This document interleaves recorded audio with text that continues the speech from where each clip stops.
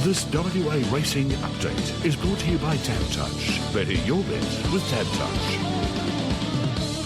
Okay, take two, and we'll try and do it properly this time. CD Northam chasing, early start, 12:27, 11 races on the program, and then Pinjarra CT, the betting code, 12:38 start time, 9 races on the program. Matt Young's preview of Pinjarra coming up here on the Sports Daily at about 8:45.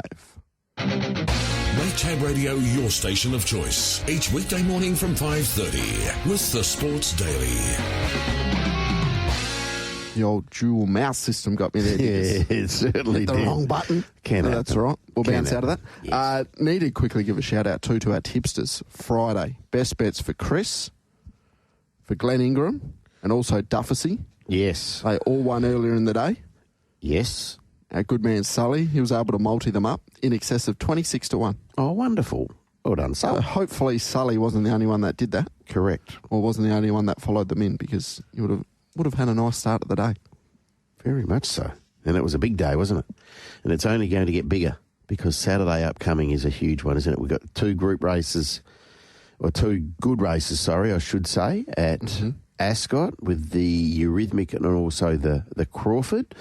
And on the East Coast, well, clearly the Everest is going to garner a great deal of attention, and it's Caulfield Cup Day as well, so it's a massive day upcoming on the weekend. Yeah, absolutely. I'll try and find, because Nick Ashman was very keen on Shangri-La Boy. Yes. One, and he did mention Spring Champion, $26. Yes. So that is the half to Storm Boy, isn't it? Yep. Piero, this fellow. Out of, was it Mayor Pelican?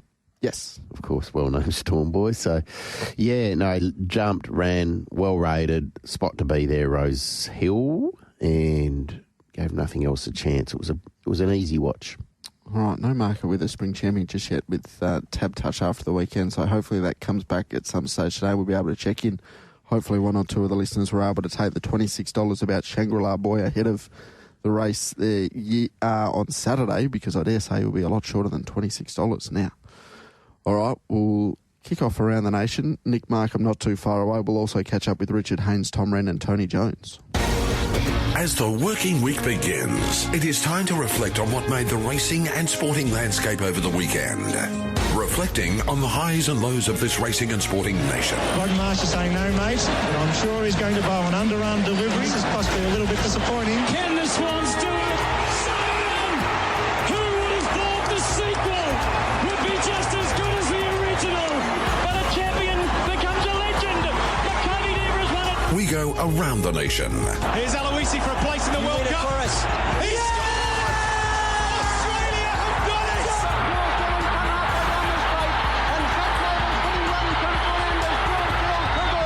This one, candidly, might go down as one of the great final round collapses in major tournament history. All right, we'll kick off around the nation with Nick Markham, Channel 7 in Sydney. Nick, good morning to you. Morning, fellas. Good morning, Nick. Great to have a chat. Bathurst 1000 yesterday. How was it received over there in New South Wales? Oh, it's always massive diggers, regardless of how the Supercars Championship is faring, and I'd say it's a fair way off Broadway these days at the moment, given the visibility of the championship, but for certainly judging back by the glory days. But yeah, it's its own island, Bathurst, and it is just enormous. They got the best part of 200,000 there again. And that was despite those shocking conditions we saw yesterday. And what a finish it was! It was just incredible. I know a lot of people who've watched a lot more than me are saying it is as good as any they've witnessed. So look, it was outstanding. Have you ever been to one, Nick?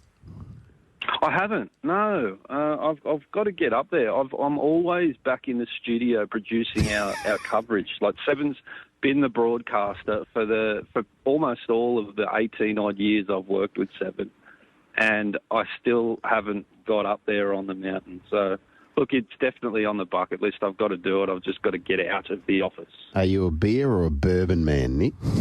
Bourbon. Straight away. I'm surprised you haven't got there. Yeah, I know, mate. I know. Yeah, look, mate, I would love nothing more than to just camp up there for a couple of days and just get loose. Fill your head right up. Watch a bit of car racing. Yeah, every now and then watch the car go past. It's like fly by. Whoa, what was that? Every couple of minutes. Yeah. Tell us about the finish. Oh, look, it was outstanding. We had so many crashes and so many. Look, it was near zero visibility towards the end there at times. It was just crazy. And we had, James Golding, Matt Payne, and the young guy, Cooper Murray, as well. Well, I say the young guy. They were all young guys. The oldest was 29. I think Matt Payne, the eventual winner, was 23.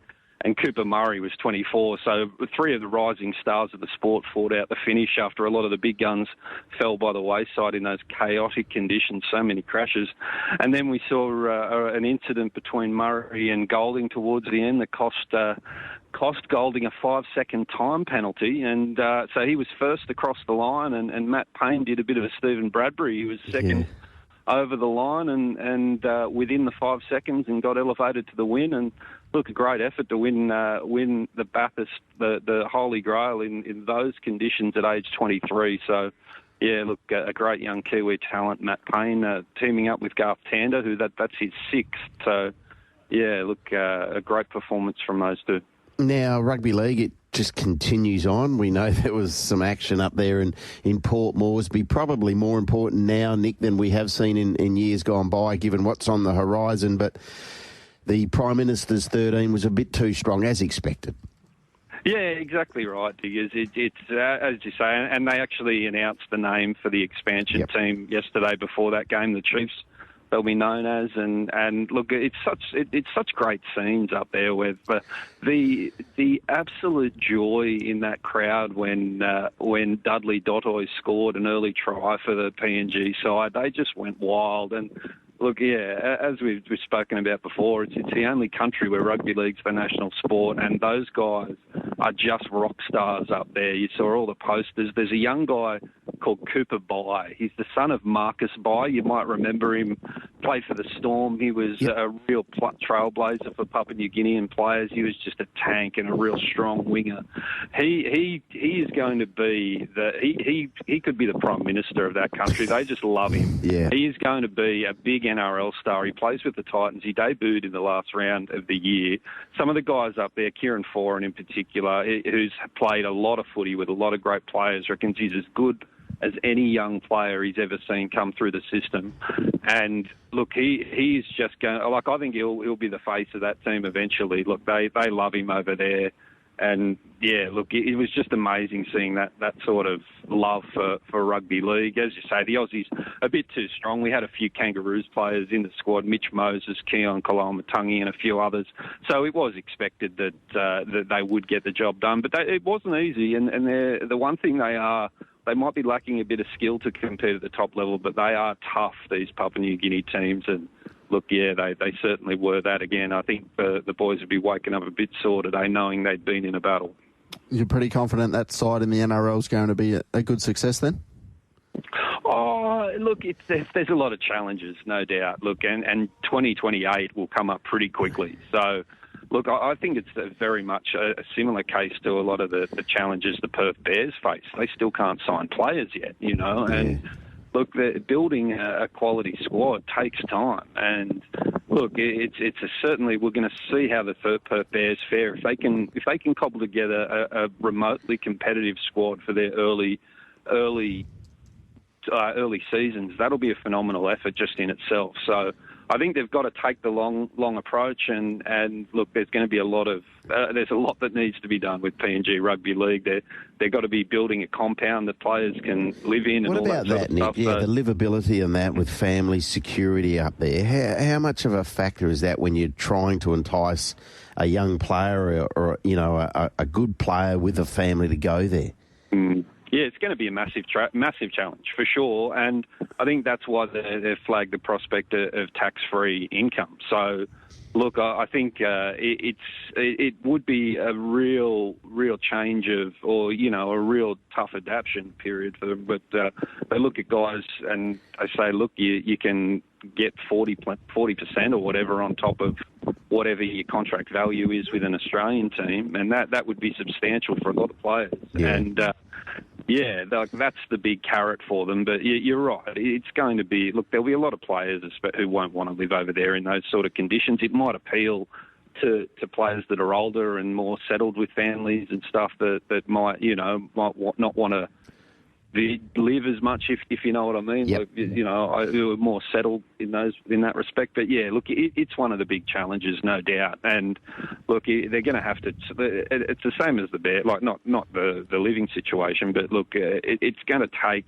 getting a big fish for more to follow, most likely. So yeah, it'll be a big watch over the next couple of years, no doubt. Yeah, fingers crossed the Bears can get a big fish nice and early. All right, the Sydney Kings in the NBL Saturday. They've been a little bit up and down to start the year, but a really good win against the Adelaide 36ers, who have been in really good form.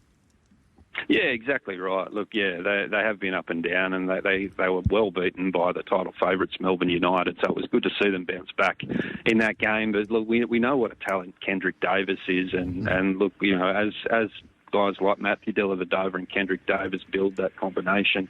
Xavier Cooks will hopefully, he's been well below what we expect from him in the early start part of the season as well. So, look, I think there's a lot of upside for this Kings team for sure, and it was very good to see them show a bit of form against the 36ers in Adelaide. Wonderful to chat again this Monday morning, Nick. We'll do it all again in 7 days' time. Awesome, boys. Have a good week. See you later. There's Nick Markham from Channel 7 in Sydney.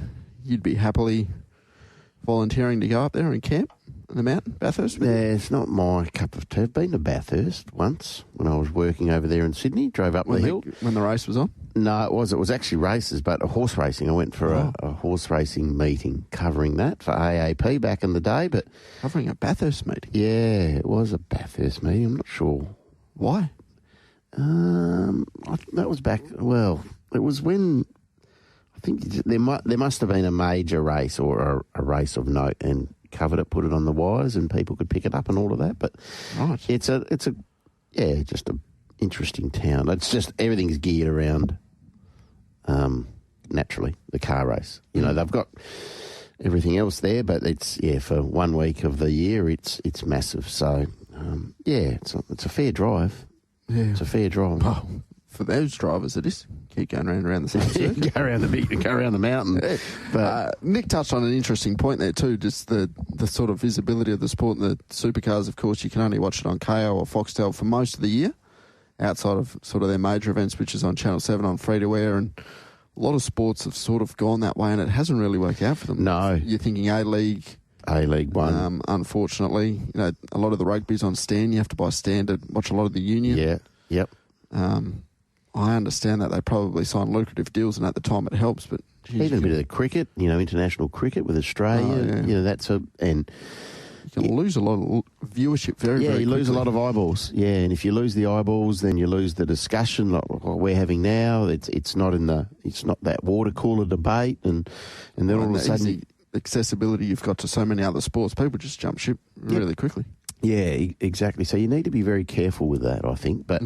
But certainly. When you've got an event like that with Bathurst, the rusted on, it means everything. As he said, massive attendance again. 200,000. It's huge. It really is. You get to see the cargo pass? Not for me, but it is for a lot. It is for a lot. It really is, yeah, absolutely.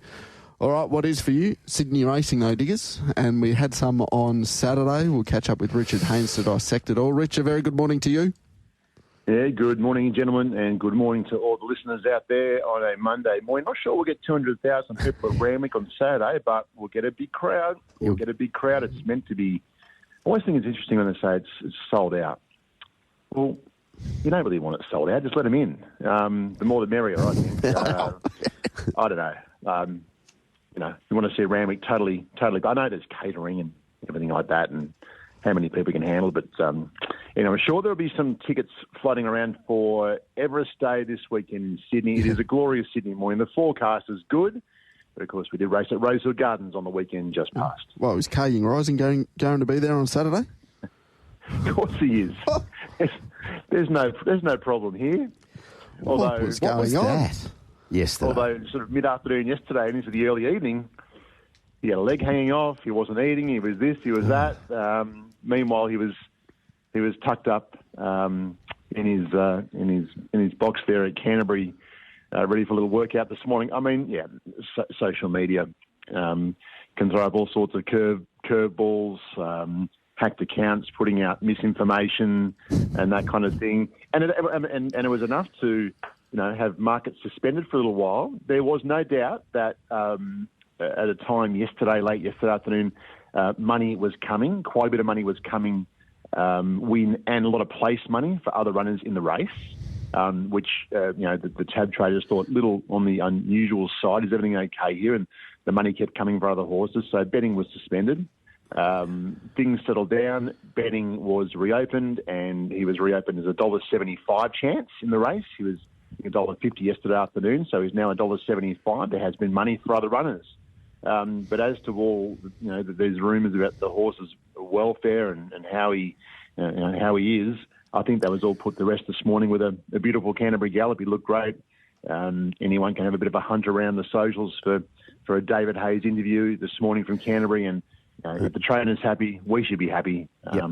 I still think he's skinny enough at $1.75 or the same, but the Hong Kong champ's fine, and bring on the weekend. Bring on a barrier draw tomorrow, which will be most interesting too. Exactly. When are we going to get confirmation of the final field?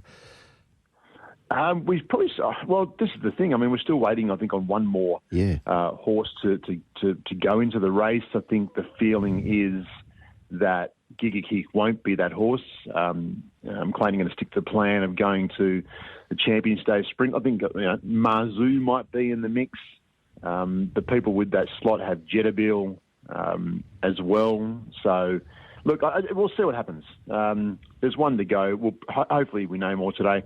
I would think the stewards might probably want to have a final field locked in sometime today, or know all the runners at least today, so they can get organised for the rest of the week. But yeah, shaping up a sun race as always. A lot of twists and turns still to play out. So yeah, an exciting week in Sydney ahead. Yeah, absolutely. All right. What was the highlight from Rosehill from your perspective, Rich? Oh, look, I think it's probably a bit tough to say it was an in-between weekend when you got a $2 million Hill Stakes and also a $1.5 million Alan Brown Stakes. So, again, huge prize money up for grabs. Lindemann, he won the main race of the day. He's just a beauty. Does he sort of go to a Cox Plate? Do they try and look that way in a couple of weeks' time, put a bit of speed into that race, and the connections of Globe is in that way as well. But he banked another $1 million on the weekend, Lindemann. He's a great horse for Wofford Bloodstock. That's Debbie Capitas and that family. He's just a beauty. Attrition was brave in second.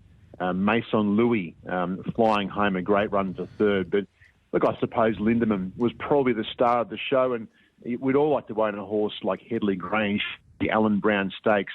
Adam Hieronymus winning a couple of features on the day. Hippo, of course, riding Bavoct in the Golden Rose. He's just kept it going throughout this Sydney Carnival. But this Headley Grange, he's just a winning machine. He banked a huge check on the weekend. Joe Pride done a really good job with this horse, and we'll see where he goes. But he's a really good horse for the owners. Gringotts, he was the favourite. He was brave in defeat, but being suggested he bounced back from any kind of little setback. He was just nailed late in the piece.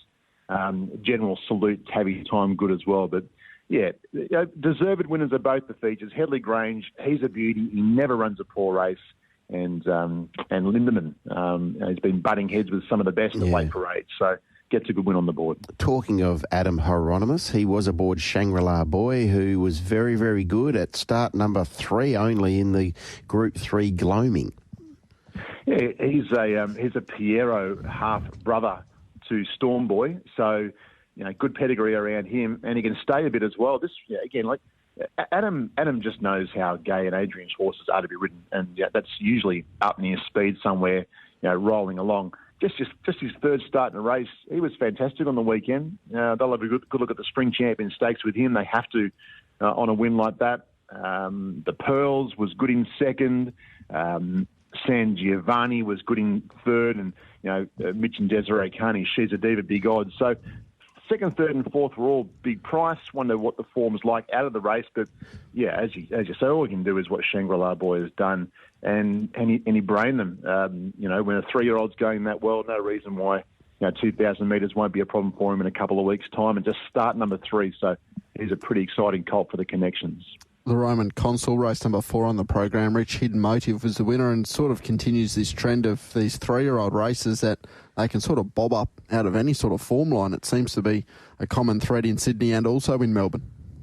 And I think, guys, it's just there are so many options because, on the same day you had the Tap Craig as well, and then you had this race, which is more for the sprinters. Just so many options for these kinds of horses. Very happy for Nathan Doyle and Ashley Morgan. We know what's happened with that crew with Private Harry. It has not worked out with him in the spring, but this Capitalist 3-year-old has, so sort of putting to bed some disappointment with the other horse. He goes well. Beacham was, a little stiff in behind. Mahuna tried hard. Beacham, hitting the line well late, but yeah, very happy for Nathan and Ashley. Probably copped a bit of criticism, those guys, over recent times, but their Capitalist colt going really, really well. Richard, if I was to give you $50 to have with Tab for the Everest, what are you doing betting strategy-wise? Because I dare say you're not taking the odds on, as you indicated earlier, about Car Ying rising. No, I'm sort of a bit of a box trifecta man, like try and box 4 of them up and try and get a result that way. He's a very hard... how do you leave him out? What we saw yesterday, I thought was probably a good thing. The Everest is a fascinating race and in every different way, but I think the betting aspect so far has been a little on the boring side. Car Ying rising stifled the market. So yes, what we saw yesterday kind of stirred things up a bit, which is great. I'd be having a little sneaky box trifecta. It's hard to leave Car Ying rising out.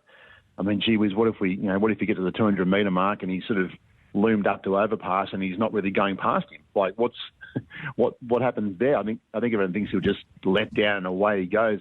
Yeah, I'd be throwing 4 horses in like a box trifecta. I suppose you have Car Ying rising. I think Jimmy Star is the main danger. I think he's going. You just have to watch his recent runs. He's flying.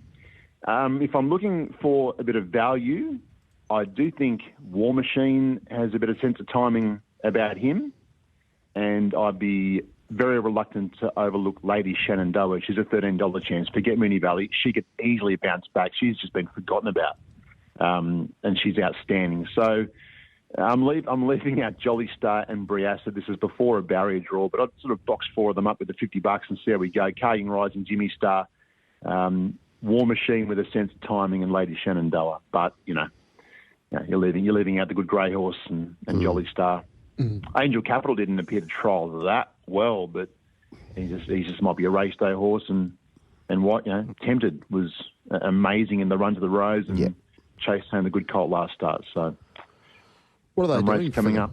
What are they doing for the barrier draw? Do you know? Using planes or parachuting people in or bungee jumping? I should know. I'll find out. I'll find out, but I should know they can.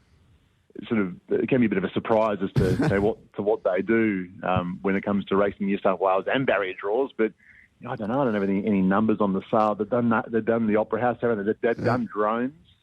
They've almost shot people out of cannons. Ethan Hunt might get involved. Who knows? Mission Impossible. Yeah, Tom Cruise. I don't know. But whatever it is, it'll be unmissable television.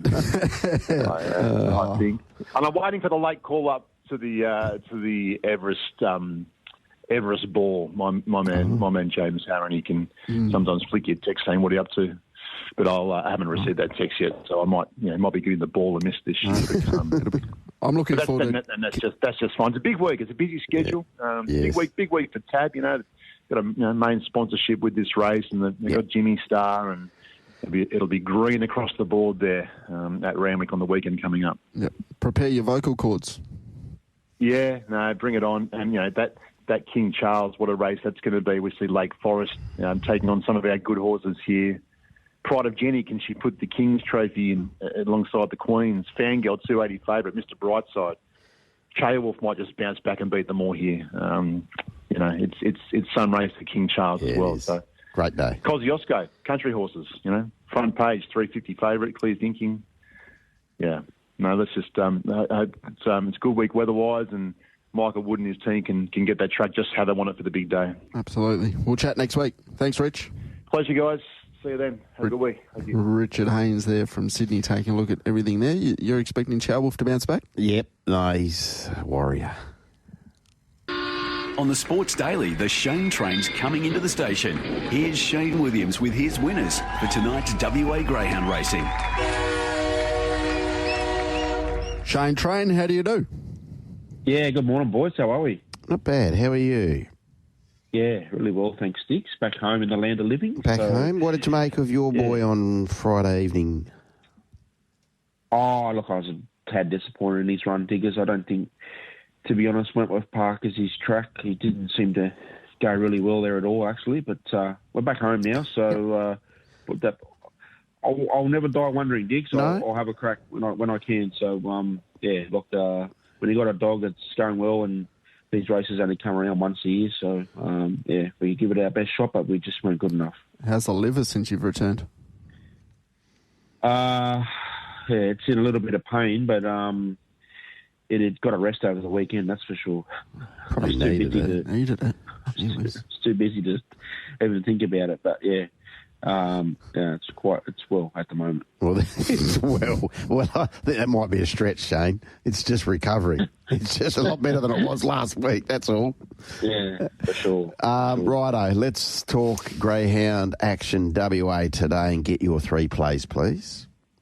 Yeah, well, there's some heats up there of a WA Country Bred Cup, so one of the tips will feature in one of them heats. But first of all, boys, we'll kick it off race 6, number 2, Dashing Serpent. She's one of our favourite chasers, mainly due to the fact she has that real good early burn in her races. We have seen her get up to the free-for-all ranks throughout her career. She's now back down to a country grade 6 and draws in low. And I think the early ping, if she can produce it today, she can find the arm and go all the way. So race 6, number 2 to kick us off.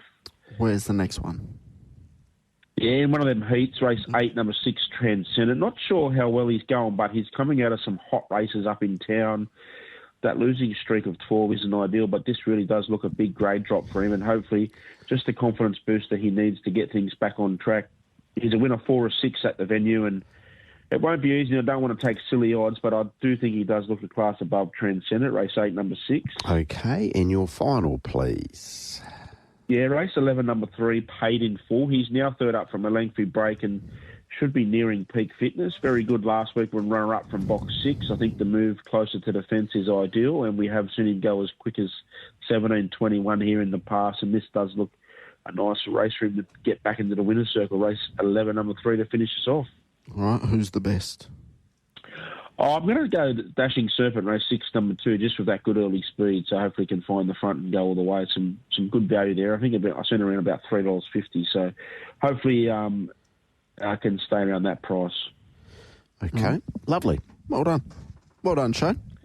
Good to have you back. Yeah, okay, boys. What's going on with Haynes Rising going around? Or? He had a gallop today. I just looked at his track work this morning there at Canterbury. He wasn't out there to break the clock, but he did probably do more this morning than he's done at any stage since he's been here. So at this stage, barrier draw tomorrow, he'll be at Randwick on Saturday. You ever been hacked, Shayne? No, I would want to hack me, TC. But I've seen all the social medias blow up yesterday. Yeah. It must have worked because the markets were suspended and everyone was going crazy. So, yeah, amazing. Yeah, exactly right. All right, that just starts the big week, and then we get the barrier draw tomorrow. And we'll talk to you tomorrow. See you, boys. All the best. There's Shayne Williams. All right, so still waiting on Yulong to announce their runner. Trav Noonan, as he's done for quite a couple of seasons. He was with Racing.com. Now he puts his article up there on Betsy, whatever's happened there. Yet to be announced, but Marzu was floated for Yulong as a possible starter. No jockey confirmed there for Yulong, but of course we've got the Hong Kong Jockey Club and ATC with Cargying Rising, Newgate, Overpass, Tab, Jimmy Starr, the Whitby syndication with Briasa, James Harron, Angel Capital, Coolmore War Machine, Mulberry Racing, Jetabil, Inglis Magic Time, Chris Waller Racing, Jolie Star, Fairway Thoroughbreds, Lady Shenandoah, and Godolphin went with Tempted, Craig Williams to ride. That's the field for the Everest with probably, it sounds like Marzu to fit in there. Why wouldn't Generosity get a run? Well, yeah, I don't know. Maybe clearly there's a different a target for her. Look, Marzu, to be fair, credit where it's due. Joe's done a really good job with him. Mm-hmm.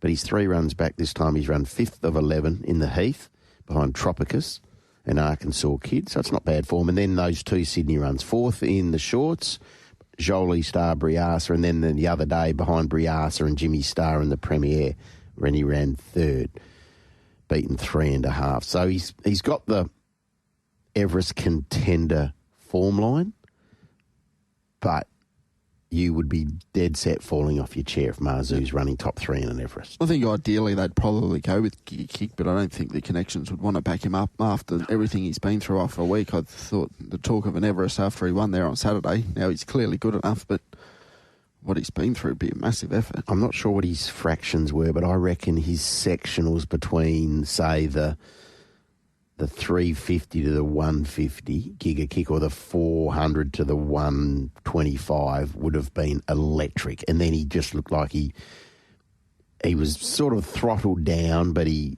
think he sort of come to the end, but he'd gone and made that sprint and he covered him in a heartbeat, didn't he? I'm not sure he beat a vintage crop, but boy, he quickened up like the Giga Kick of old, didn't he?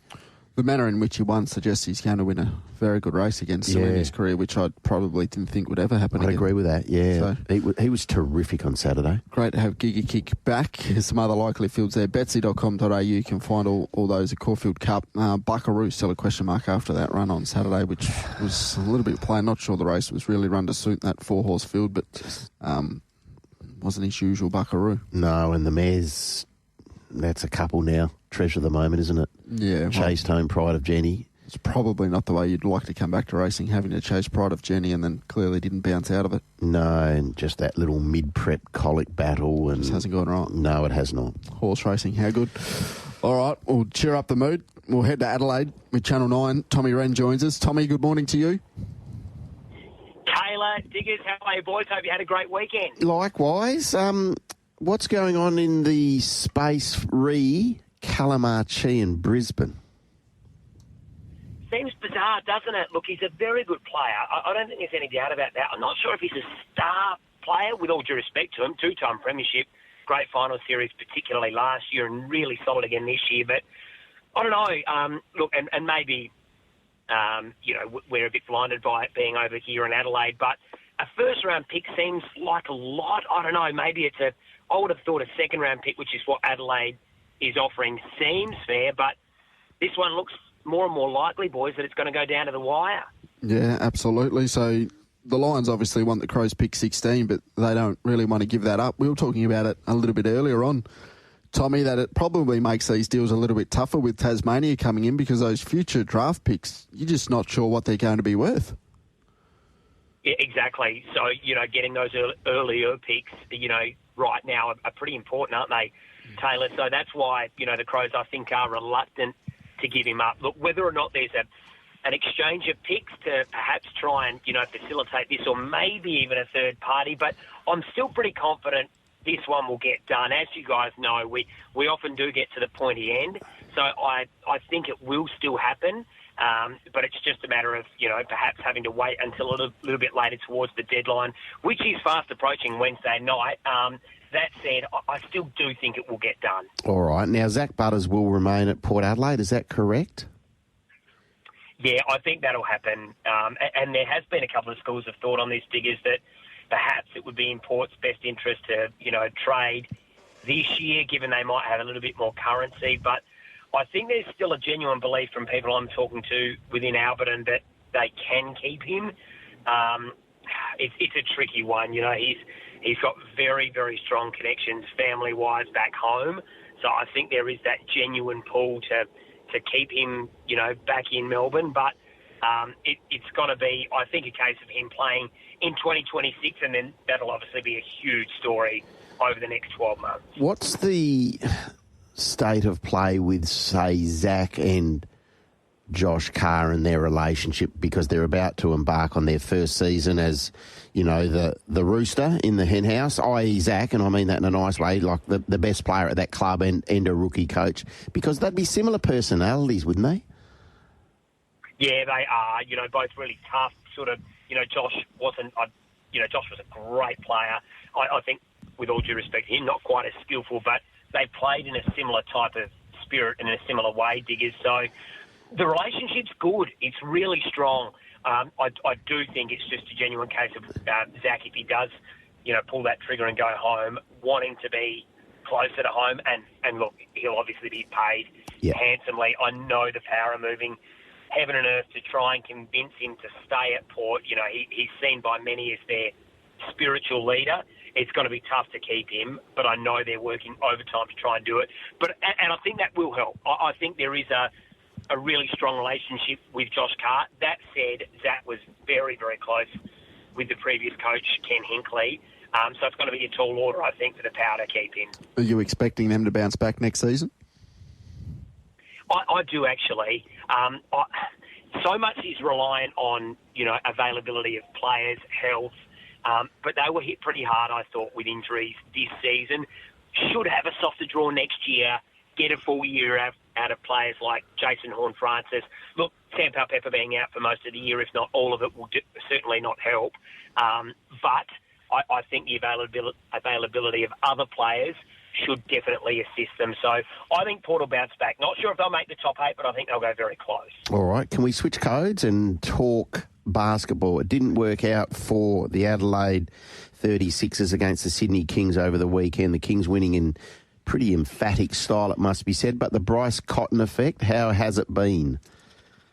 It's been really positive so far. As you would expect, although credit to the Sydney Kings, you boys would have seen it. They were outstanding in shutting him down on the weekend. I mean, they kept him to 7 points. Now, there might have been a little bit of hangover. The Sixers had played a game just 48 hours earlier, a pretty tough affair against Tassie, which they prevailed in. So they were 3-0. First time they've done that since the turn of the century to start a season. So it was a really strong start, but disappointing. It says to me, Diggers, I really do still think they need this other import. They need some assistance there for Bryce Cotton. I think they'll do it, but that's an area I'd like to see them, shore up a little bit more, is getting that assistance for Bryce Cotton. Otherwise, those better teams are going to do what they did on Saturday night, and that's shut down the number one playmaker. And after him, DJ Vasilovic, still looking a bit shaky for mine, so I think he needs some help in there, Bryce. Has there been any effect off field? Have they got more coverage in the papers, in the news? Yeah, absolutely. Massively. And, Saturday night was billed as the Kendrick Davis sort of hate match, him against his old club. And he was brilliant. I mean, he came out trash talking and he delivered. He was sensational. 22, I think he scored. He was brilliant. I thought he was, one of the central reasons why they got it done. And he had the last laugh. Now, it is October, so, very early in the season. But it's kind of the league's new rivalry, at least at this stage, because he's happy to play the pantomime villain. And the Sixers, they love beating those bigger, more glitzy sides, if you like, in inverted commas. So full credit to them. But, yeah, coverage-wise over here, it has really got a nice leg up since Cotton got signed in. All right, beautiful. Good to hear. We've got Mark Leishman playing in Perth this weekend, Tommy, at the WA Open. How good is that? And, I saw we had some pretty solid results over the weekend. Minwoo Lee was again pretty solid in Japan over the weekend. So love the Aussie summer of golf. Leishman, he's such a statesman and such an ambassador for the sport. Hope he goes well. He's just one of the A-grade people, as well as being a wonderful golfer. How are you hitting them?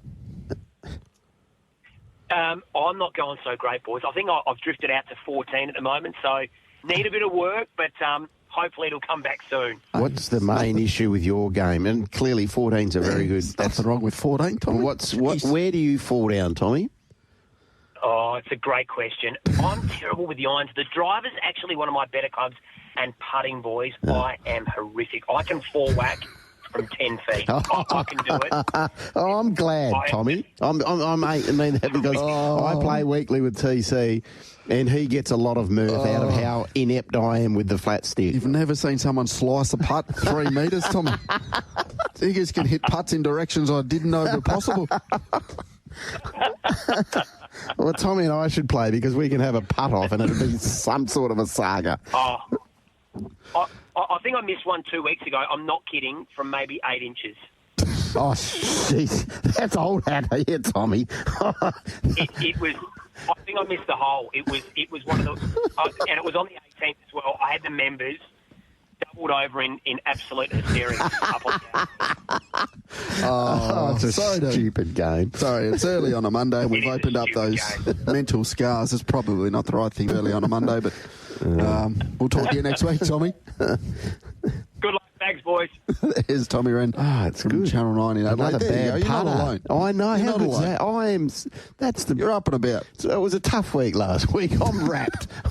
That's put a smile on my dial that there's someone out there who's a really bad putter like I. That's great.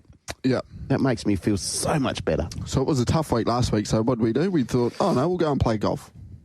We'll book into golf this week and we'll play. That'll make us feel better. I bet you it won't. Well, it could be. I can guarantee you. It'll be better than last week, I can assure you. Well, yeah, true. Oh, dearie. Being able to go out there and shoot 22 points before, they're not great days. No, they're not. Someone's texted in about the market for the WA Open. I just had a look. I'm not too sure if there will be or won't be.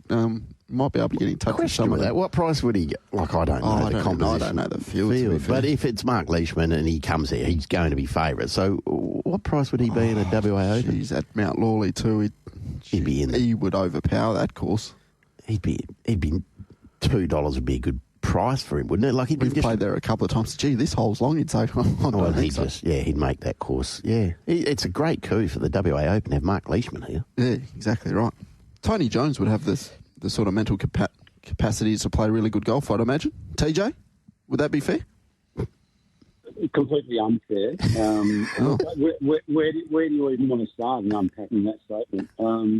I think you're very... When you start talking about my mental capacity. But no, I've tried golf, and it's just not for me. This might come as a shock. I just don't have the patience for it.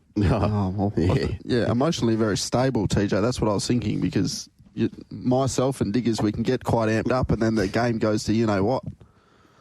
I thought you'd be probably better equipped in that area. Just stop digging that hole, mate, really. Let's just move on. But it was a bit of an upheaval on the eve of the Caulfield Cup, wasn't it? The Caulfield Cup Carnival with the John Kanga, the chairman of the Melbourne Racing Club, stepping down amid a flurry of allegations, sort of dating back some time. So that sort of left a little bit of a sour taste in the mouth, certainly around the members area and in the committee room in particular. I just wonder whether the average punter really cares who's running the club, as long as they sort of put on a show. Yeah, I think so. But he sort of sprung to prominence, didn't he, in the wake of that fire that hit last year, and he basically had such a profound influence. And this news late last week, it came out of the blue, and that was perhaps the most striking aspect of it, TJ. Well, it came on the Friday, and then there was another story in the Age newspaper on the Saturday that you thought, okay, well, that's, it's becoming quite difficult for him. So, therefore, he was left with no alternative in his mind, I guess, to step aside. But it was certainly met with a fair degree of sorrow, if you like, from the training ranks. I think Dave Waterhouse described him as the most capable racing administrator in Australia. Yeah, well, he turned it around when they made a few changes there at Caulfield, and then he made the mounting yard, he moved that and all that sort of thing. Well, it was odd, the mounting yard, the new one. There was absolutely nothing wrong with the old one, but they went and put this whiz-bang one on that looked like something from Kentucky, and it just didn't sit well at all with anyone at the racing club. So, it's back where it belongs, and hopefully it stays there. Are you sick of the trade period yet? Is it over? Excuse me, I rode in this morning and I think I swallowed some weeds or something. But, look, it just goes on and on and on. I mean, it actually starts before it actually starts. The big one, of course, is going to be Charlie Curnow, and whether the Sydney Swans can come up with enough, whether it be a couple of first-round picks, future-round pick, the odd player or two, to try and get Charlie Curnow, over the line. Whether that gets done or not, I'm not sure, but they certainly didn't want what Geelong was offering, which was 3 picks. So it will be interesting. It'll end up being one of those multifaceted trades where a number of clubs are involved, and if that's the case, well, we're certainly not going to see anything done today, are we? No, exactly not. Most of the trades were probably done on the final day. So you're thinking Charlie Curnow leaves? Are you thinking Zach Merritt stays or goes?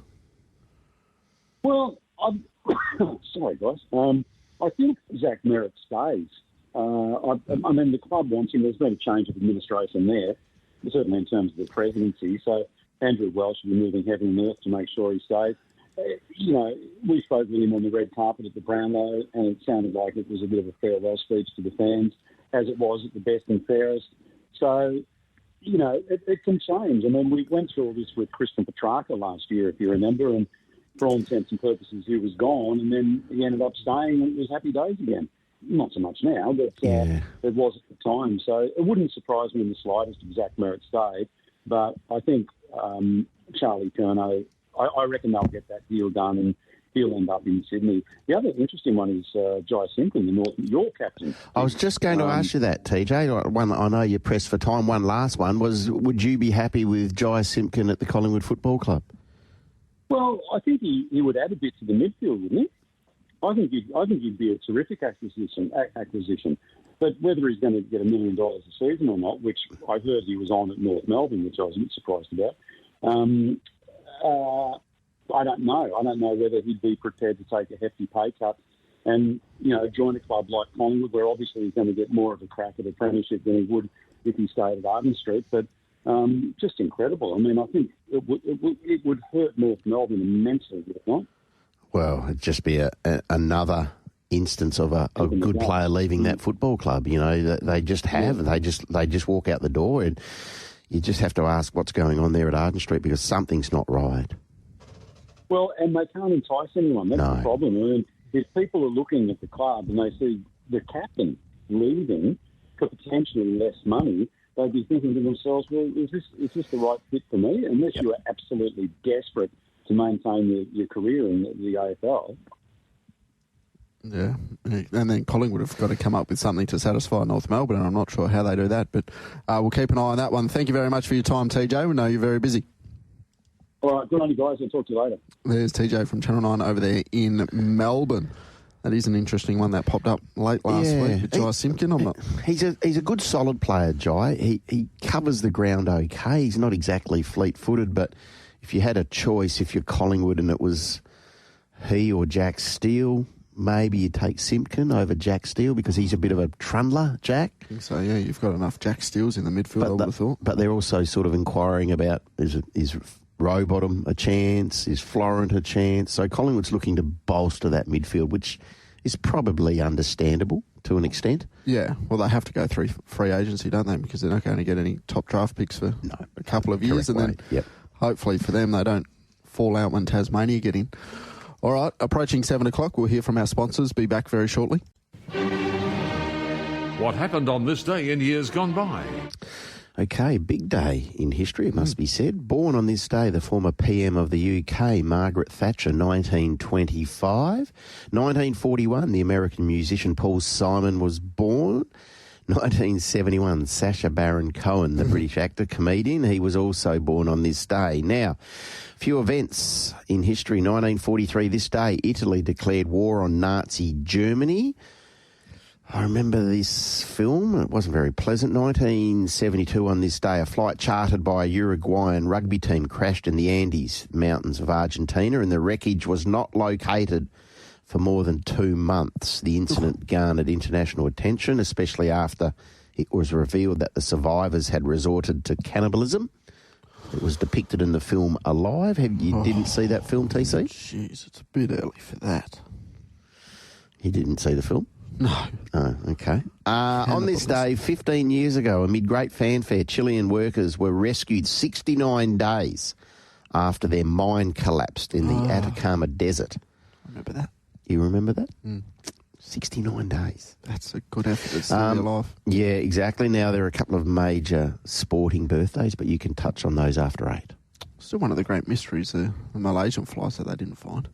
You speak about 2 months there and they were able to find the wreckage. MH370. Yeah. Yeah, that's one of the great... Yeah. What is it? Yeah.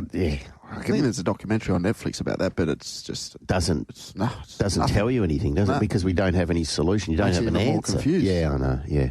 Gives you the intricacies of the flights and the technology, and you can track them, and then all of a sudden the wings are gone. Yeah.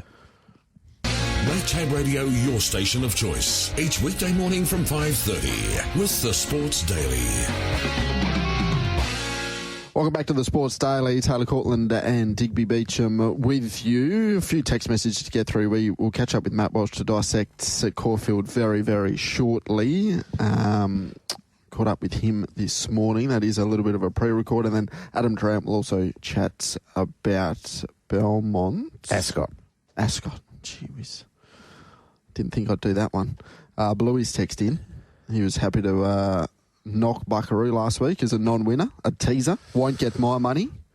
Right. So still up in the air whether or not he kicks onto a Caulfield Cup. You thought after the first run the Caulfield Cup would be his race, Buckaroo, despite the big weight. But it was very good second up. Sir Delius just kicked back. That form looked very good. And then maybe that slow run race there on the weekend. Not too sure if that worked out for him, but probably entitled to be a little bit better. Yeah, it was an odd race. Sometimes those small fields it throws up more questions than answers, doesn't it?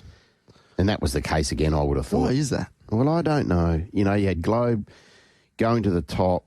He sort of backed off, quickened, built. It was a little bit of cat and mouse. Treasure the Moment at her best rounds him up, regardless of how that race. She's got a good turn of foot. She's got an excellent turn of foot. She lobbed in the spot, but once that pace quickened on the weekend, she just couldn't flatten out in the manner that we've seen her previously and what she produced fresh. So she's not anywhere near the level that we've seen previously, and therein I would have thought is a genuine concern for Yulong, Matt Laurie and the like, because off that, she's not playing a part in a big Group 1 in the spring, i.e. a Cox Plate. No, you wouldn't have thought so, and you know, she's going to be able to win some pretty good races, so you just tuck her away for the autumn, don't you? Give her a little bit of a spell now and yeah, she can come back in the autumn. Yeah, no, that's just, yeah, that's, I don't know. It's frustrating because this is the time, isn't it? No, I know the autumn, there's some big money up for grabs, I get that, but yeah, something, and it's no one's fault if you're having the setback that she had mid-prep. Well, it's a pretty significant setback. She's done a great job to get back in the same preparation. Very much so. To be fair, so that's why I'm sort of thinking you wouldn't want to push it too far. And Matt Laurie's pretty good like that. And Yulong, they're pretty conservative with their horses more often than not. What do you make of Vinrock? I thought it was okay. It's okay. It was up on speed. Not too many of those horses up on speed. You got the winner, had the 3-back the fence run, had the nice soft run.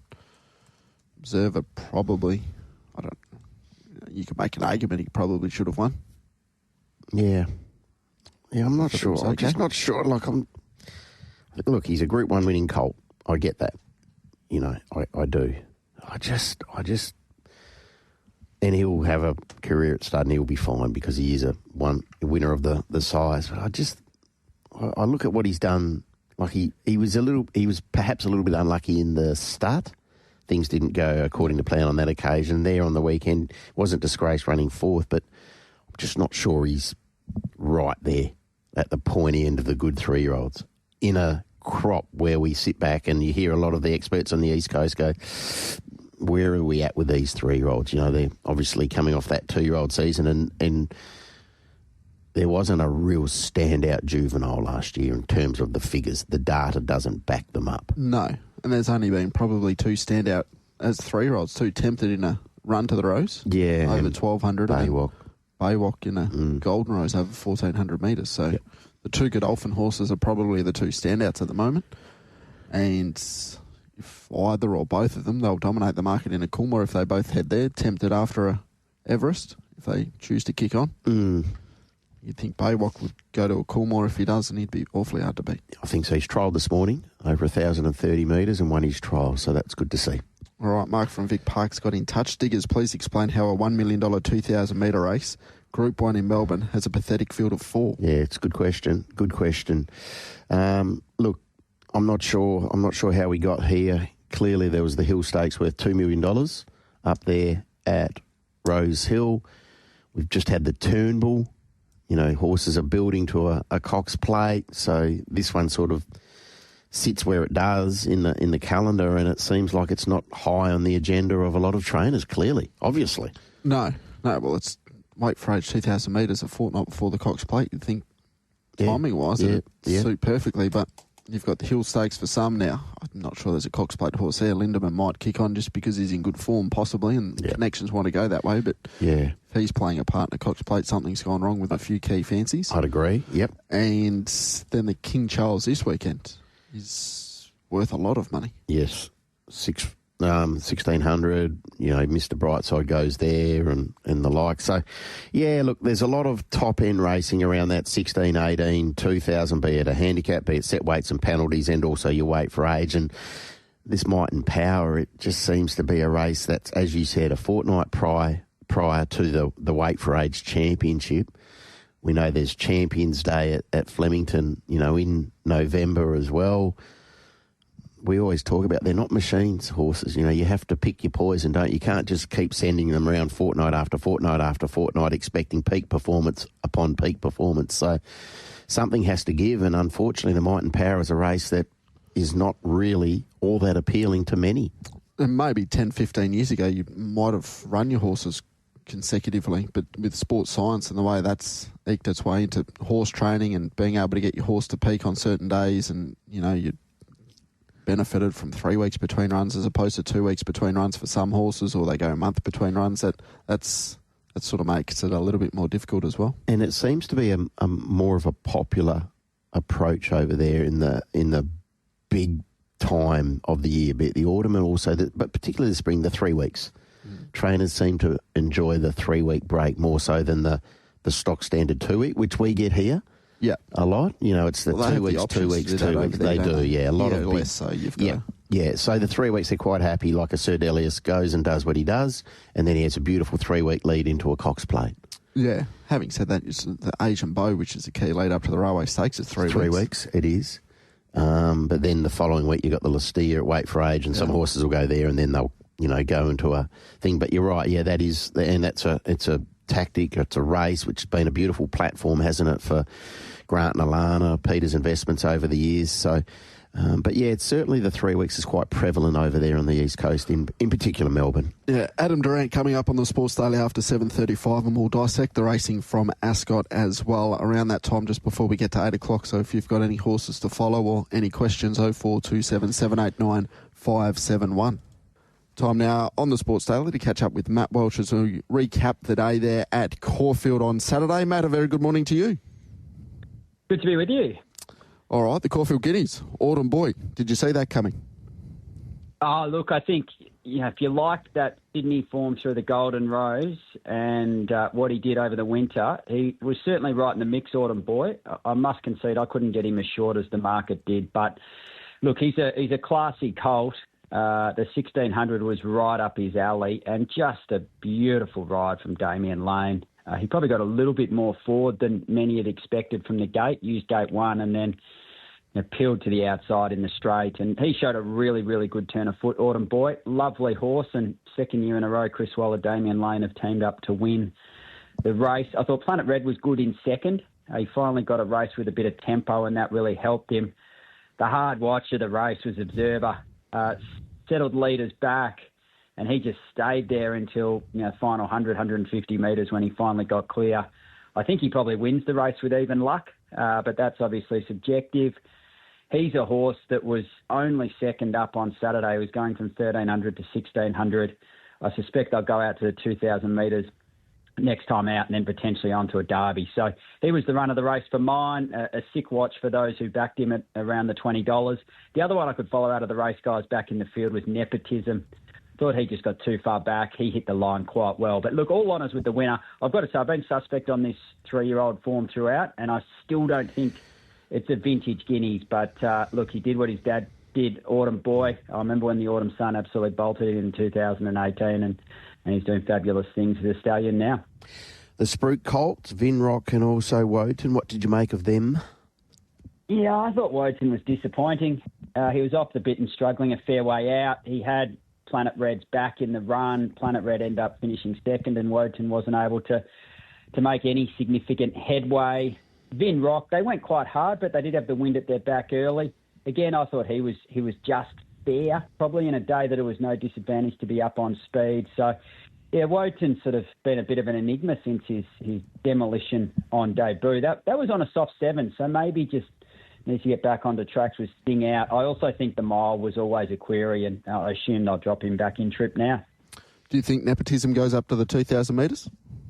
I think absolutely. I think that'll be right up his alley. He seems to settle quite well in the run. He didn't have a lot of luck in the straight there, so I think the 2,000, whether it's... I think he might still be in the Cox Plate. I'm not sure about that. But, race like the Bars on Cox Plate Day, probably right up his alley. And I suspect Observer will probably head to the same race. Matt, what did you think of the performance of Transatlantic? Tough performance. They had the wind at their back early out of these mile races, so they ran along at a good clip, and that advantaged those on-speed horses. But... look, there hasn't been much between Transatlantic and Evaporate at their last 2 starts. They quinelled the Sandown Stakes, and there wasn't much between them again. No losers, no admirers Evaporate, and if anything, probably the run of the race got too far back and then forced to make a wide run, over-raced a little bit in the early stages. He was very good. So there's not a lot between those 2 horses, Transatlantic and Evaporate. And then Athanatos came through the same form line, that Sandown Stakes form line, and also ran well in 4th. And like Lucy, I thought she hit the line well again. She'll find a race over the Flemington Carnival. I assume she'll head to the Empire Rose and she'll be most competitive there. But he's a good, tough horse, Transatlantic. He makes his own luck up on speed, and that always counts for plenty. Queensland, they've got the AFL, NRL, and now they've got the damn Toorak as well, Matt. They've got everything. Yeah, far out. They're flying up there in Queensland. Sepples, just nothing really went right, did it? No, it was a brutal watch for anyone who backed Sepples. He jumped well, and it looked like he was either going to probably sit second in the run, and then Ethan Brown, he just kept getting shuffled back on him, and then the horse got knocked over a couple of times. And I think he's pulled up pretty sick and sore after the race, much like his backers who crunched him all the way into a 6-4 favourite. So he, I think, had an off day, but B, there's clear excuses for him there, and it just never went right from the get-go. Matt, what did you think of Giga Kick's prospects going into the Scalacci? I was still jury out, I have to say. He trialled up against Tropicus and Neon, and the 3 of them actually ran the trifecta on Saturday. And he was under a fair bit of pressure in that trial, but look, it was a terrific performance, and I suppose in hindsight, it's bloody easy. Mark Zara dropped off Tropicus to ride Giga Kick, and Mark certainly knows what he's doing. But it was good to see this horse back in the winner's circle. I think it's been about 880 days since his last win up in Queensland in the winter of 2023. And, he's good for racing. And Clayton Douglas has put so much work into getting this horse back to something like his best. So it was a good performance. It wasn't a vintage Scalacci field, so he's going to have to go to another level to be competitive in the champion sprint at the back end of the carnival. But, look, good just to see him winning again. Tropicus was okay, I thought, up on speed. Benedetta had no luck. First start for Kieran Maher, blew the kick and probably ran better than the 7th placed would suggest. But good to see him back winning Giga Kick. It was the scene of his Vane Stakes win all the way back in 2022, which propelled him on to Everest glory. So hopefully he can take another leap forward when he heads to the champion sprint. Heading to the champion sprint now, I understand we're a long way out, but the setup looks pretty good for him because we know the Everest horses if they do get to the champion sprint, it's at the end of a long campaign. So Giga Kick's still on the up. Sets up well for him, though. It does set up really well. And Clayton Douglas is just really good at ticking horses over. It'll be, a bit under a month between now and, or probably a month between now and that champion sprint. He might have another little jump out in between, but, he'll be cherry ripe come the final day. It's a really good point you make. I mean, a few of those horses coming out of the Everest and even I think it's the Russell Balding Stakes, that their grand finals are up in Sydney, so it can be a bit of an afterthought for those heading on to the champion sprint. What was the main theme emanating out of the Might and Power? Was the fact that Globe won the small field, or Treasure the Moment and Buckaroo perhaps going unders, man? Yeah, I think a bit of both, really. I think Treasure the Moment, I think, she's probably 2 plain runs now in a row, and listening to Matt Laurie post-race, he seemed very circumspect as to whether she'd press on to the Cox Plate, albeit on Sunday I think he was a little bit more upbeat from what I see in media clippings. But, she's going to need to really raise the bar to be beating to be winning a Cox Plate this year, and she had the setback with colic. So, it's never ideal when a horse has a setback mid-preparation. Buckaroo, I thought he had his chance. I thought James McDonald took off at the right time. Looked like he was going to really challenge Globe sort of coming around the home bend, but just sort of felt that mid-race surge probably over the concluding stages. And then to the winner, it was just a beautiful ride from Blake. He got probably 2 or 3 cheap sectionals from the 2,000 to about the 1,400. And then from the mid-stages of the race, he really ramped it up. So he didn't just let the field walk to the home bend like they have in Might and Powers and Turnbull Stakes in recent weeks. He actually got them running from the 800-metre mark, and that stretched his rivals. So, look, he's as good a front-running rider as there is in the country, Blake Shin, and it was a masterclass from him. And, I think the story out of the race was the ownership group. Roll the Dice Racing, they do so much for the sport. They've brought so many people into the sport over a number of years, Rob Norton and his team. And Rob spoke to Betsy on Saturday, and a lot of the owners had loaded up on the horse at 50-1 in all-in markets for the Might and Power. So not only claimed the Group 1 win, but had a significant windfall on the punt. And it was a bit of a sentimental victory for them as well, because Dean Lester, the late Dean Lester, used to have a share in the horse, and now the horse races for his wife, Leanne. So that was our tribute paid by the ownership group post-race. So I thought that was one of the moments of the day, just, the celebrations and the jubilance with Globe winning. And as I said, terrific ride from Blake Shin, because those small fields can be very tactical. How about the race in the Australian racing calendar as a Group 1, the Might and Power? We've had some small fields over the time, and are we just having to become accustomed to the small fields in the Might and Power with, what Peter V'landys has done with the Hill Stakes up in Sydney? Well, yeah, I think the race is probably at the crossroads. You've got the Turnbull Stakes the week before, albeit it at set weights and penalties. You've got the King Charles next week up in Sydney, probably dragging a few horses out of the race. And then, of course, the $2 million Hill Stakes up in Sydney, which is more than double the prize money. So, yeah, I think the race is at the crossroads. You could potentially try and reinvigorate it with money, but you're going to need a significant amount of money to try and generate a reasonable field. And then are you just going to ultimately take horses out of the Turnbull? So I think this whole period needs a little bit of a looking at. And, it's not good for wagering when you're constantly having 4, 5, 6 horse fields go round. There was 2 high-quality horses in the race, 3 high-quality horses in the race, there's no doubt about it, but it won't have turned over significant generate significant wagering interest, and that is definitely a concern. So I think, the powers that be at Racing Victoria will continue to look at that race, and, ultimately in time there might be some change. Matt, talking of wagering interest, could you believe what you were seeing, reading, hearing yesterday re Car Ying rising? Oh, it was just an amazing day.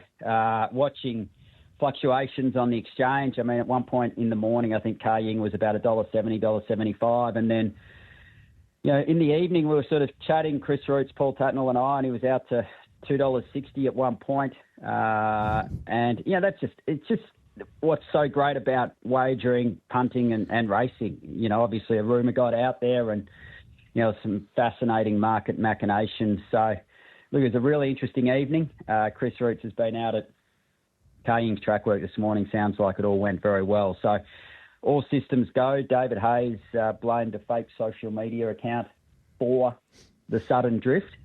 But again, it's just the talkability of the Everest, and, it's everything that's great about racing, people having an opinion and putting it on the line. Absolutely. Looking forward to it. We'll probably get your opinion on the Everest next week, Matt, on Monday morning. Enjoy the week. Enjoy the Caulfield Cup. No, good to chat, guys. Enjoy the day. Thank you. Well, there we go. There's Matt Welsh from betsy.com.au. In the last half hour as well, Yulong have confirmed that Mars Zoo will represent them Triple Crown syndication. They've had a little bit of luck in the Everest over the time. Yes, they have. Absolutely, they have. Now, David Hayes has done a media interview post Car Ying Rising's main piece of work for the week. And he said they will have to be very good to beat him, declaring his champion is in the sort of shape going into the Everest that could see him threaten the Randwick 1,200-metre record. Hasn't this been a shift from a horse one of the great turnarounds of all time? Who trialled fairly, according fat to on some. Tuesday. I thought he actually trialled all right, but he's clearly trimmed up, and the piece of work was exactly what David wanted to see. So it might be a case of Carrying Rising going beast mode on the weekend. Let's hope he does, because I think it would create enormous discussion if he did. Yeah, well, absolutely. Well, whatever he does, it's going to that's true. Yeah, great discussion around the race, and keeping an eye on the world pools and what happens there with betting wise from Hong Kong. That'll be interesting as well. We spoke about it last week. A lot of people are expecting it to break the world pool record here in Australia for betting wise. That was after Romantic Warrior won the Cox Plate. So good for racing worldwide. Carrying Rising, if he is able to win, hopefully be able to go on to bigger and better things and pump up the Everest. Yeah, exactly right. All right, we'll come back with Adam Durrant. Make Tab Radio your station of choice each weekday morning from 5:30 with the Sports Daily. Taylor Courtland and Digby Beacham with you on the Sports Daily. We'll waste no time getting to our next guest, Adam Durrant, who had a successful day at Ascot on Saturday. Thank you very much for your time, Adam, and a good morning. Good morning, Taylor. Morning, Diggers. Good morning, Adam. How do we find you on this Monday? Oh, not too bad. Had a mate's birthday down south on Saturday night. So yeah, it's a little bit fuzzy, but KTY has probably pulled up better than me. So well, let's start with him. Great to see him go there and do what he did on the weekend, and that devastating turn of acceleration that he possesses was on full display. Yeah, it was good. I think it takes a pretty decent animal to sort of get held up for as long as he did, and then sort of have to bust his way out, and then still balance and then let go like he did. So. Second horse is no slouch on his day. When he's on song, so he runs second to Joker's Grin last preparation and runs some really, really impressive numbers. And Joker's Grin probably looked like KTY that day going past Silver Eye. So, I mean, not saying that KTY is anywhere near that grade yet, but, it was nice to see. It was interesting to see our numbers. Good old WA Racing doesn't have the old chips in the saddle cloths like every other state in Australia, so we don't get to see our sectionals on the day, so you can sort of map around it. It'll be interesting to see what his sectionals are when they get the stopwatch out in a couple of days. Dinosaur set up still, we're looking forward to see what his numbers are, so we can sort of map out a plan going forward. What could that plan, I know we've asked you this before, mate, but what could that plan look like with this fellow? Look, the plan is there's a race in 2 weeks, so that's where we're going to go next. We'll throw in a couple of nominations for him, for the features. But, yeah, we're not getting too carried away, and I'm not going to start spruiking horses. You know what happens to them when you do that. Every time we say a horse is a superstar, I don't have to tell you what happens to him, so hopefully he can do the talking, and he's progressing nicely. So went up in weight too the other day to 56.5, and still was able to do it. So he's doing everything right, but we're taking small steps with a horse that's still maturing. He's a very young 4-year-old. He's immature, and we've got to treat him accordingly. We spoke to you, I think, before that first up run, Adam, and you mentioned a couple of campaigns previously. It was really good first up and then had a little bit of a dip second up, and you were really cognizant of that this time in. Did you do anything different other than the 3 weeks between runs? Yeah, well, my school teachers, not that I went to school for very long, they were always frustrated with me because I kept doing stupid things over and over, and so it was probably my parents.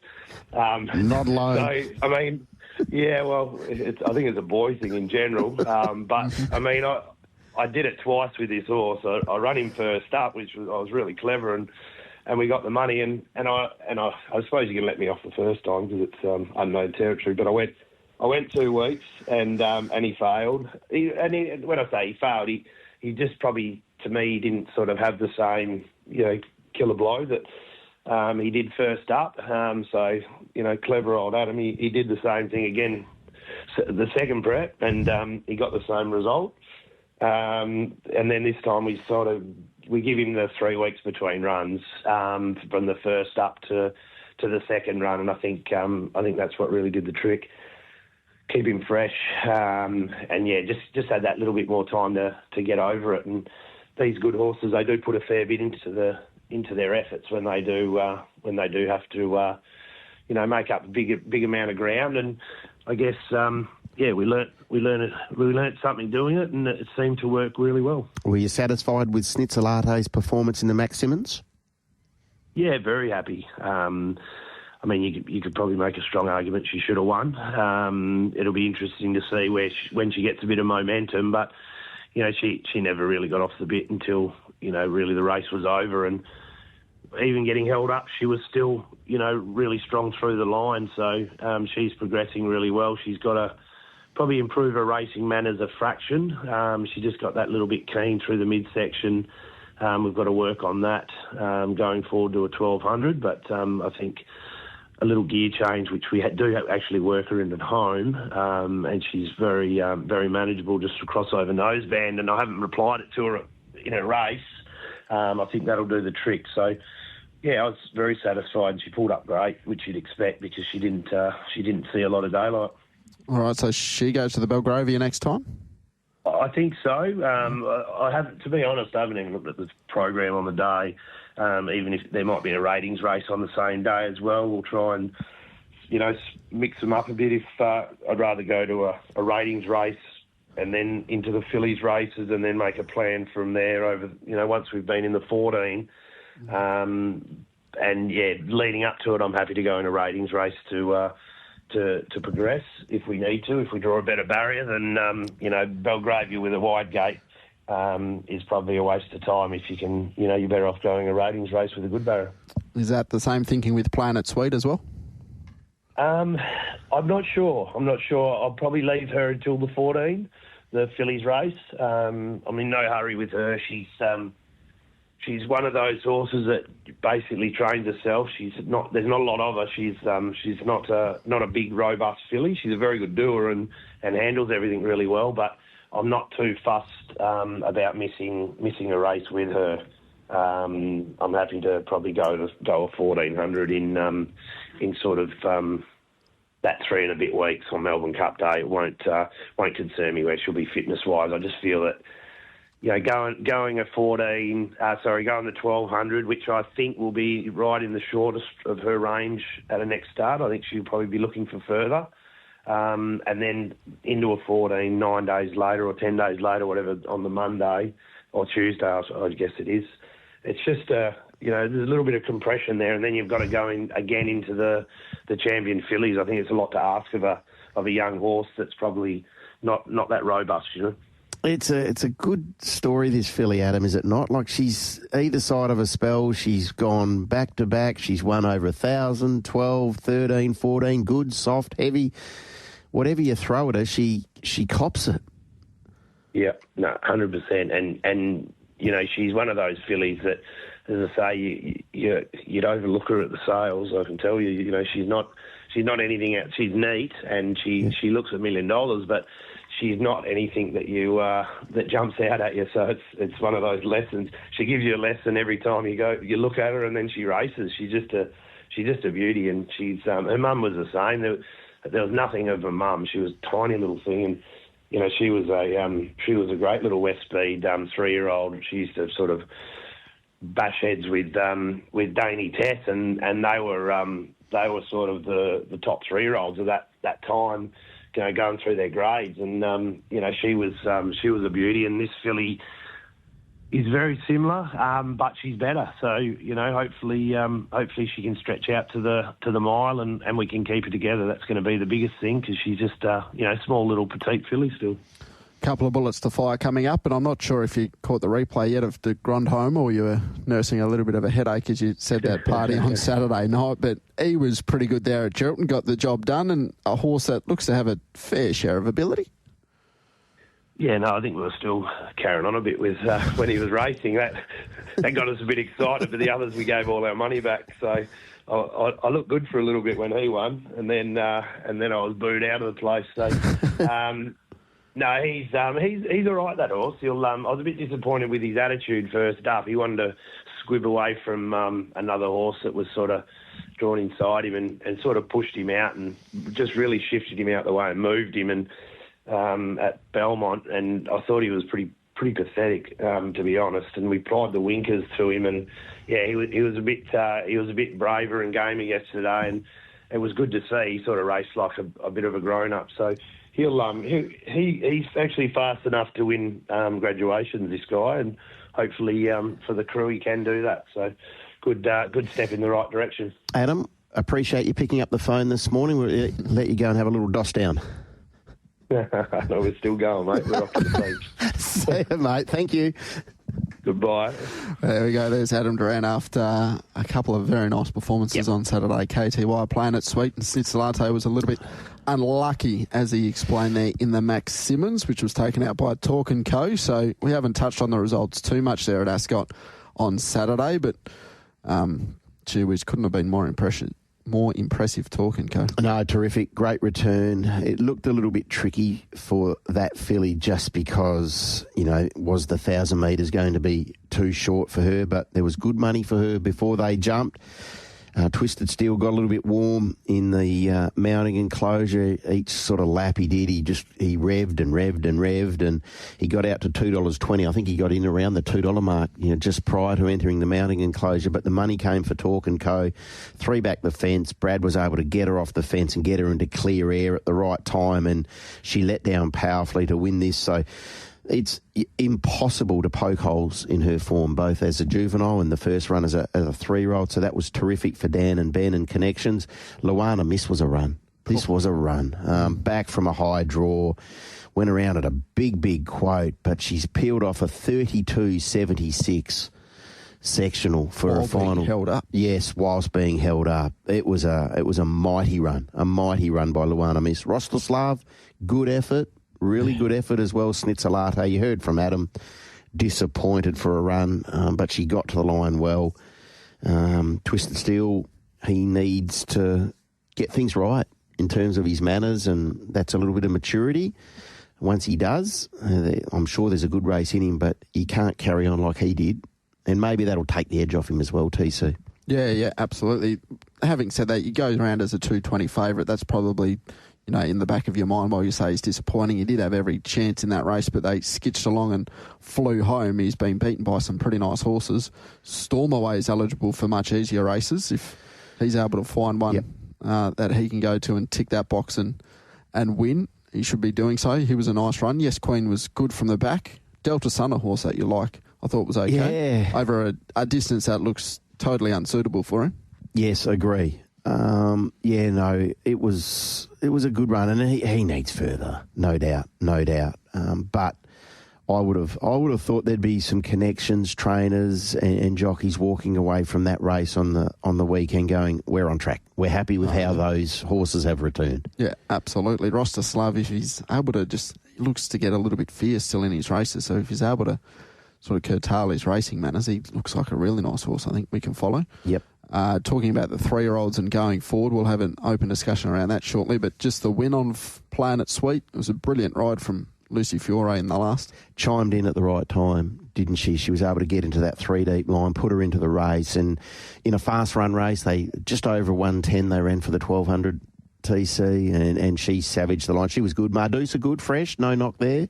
These 3-year-olds taking on the older horses, and as we've seen previously in those 66 plus 1200s on opening day, it can throw up a good horse. Yep. And Playing It Sweet. We just had a great chat to Adam. She's a really progressive filly either side of a spell now. She's won 2 races, so she's on a 4-race winning streak. That's hard to do, and she's doing it in good company. Yeah, absolutely. And I like the idea Adam's come up with there. Maybe we don't see her for another 3.5 weeks and go straight to Melbourne Cup Day, 1,400 metres, get the work in at home. We hear trainers all the time talking about this series for the 3-year-old fillies, and the programming with the Burgess Queen being on Melbourne Cup Day makes it pretty tough. They have to back up and then back up again. Yeah. So I think having 2 runs already going, the space between runs, she's going to be awfully hard to beat over the 1,400 metres, which we've seen her be ultra impressive and effective at already in her career, albeit on rain-affected going, but the good tracks don't seem to slow her down whatsoever. No, exactly. What was your take on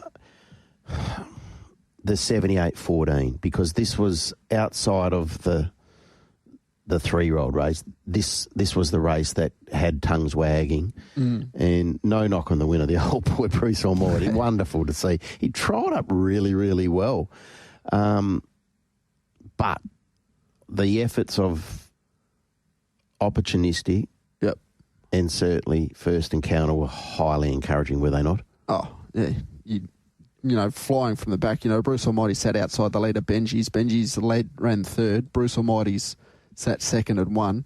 Red Sun Sensation can run a race fresh. Yes. Did that once again. It was really, really good.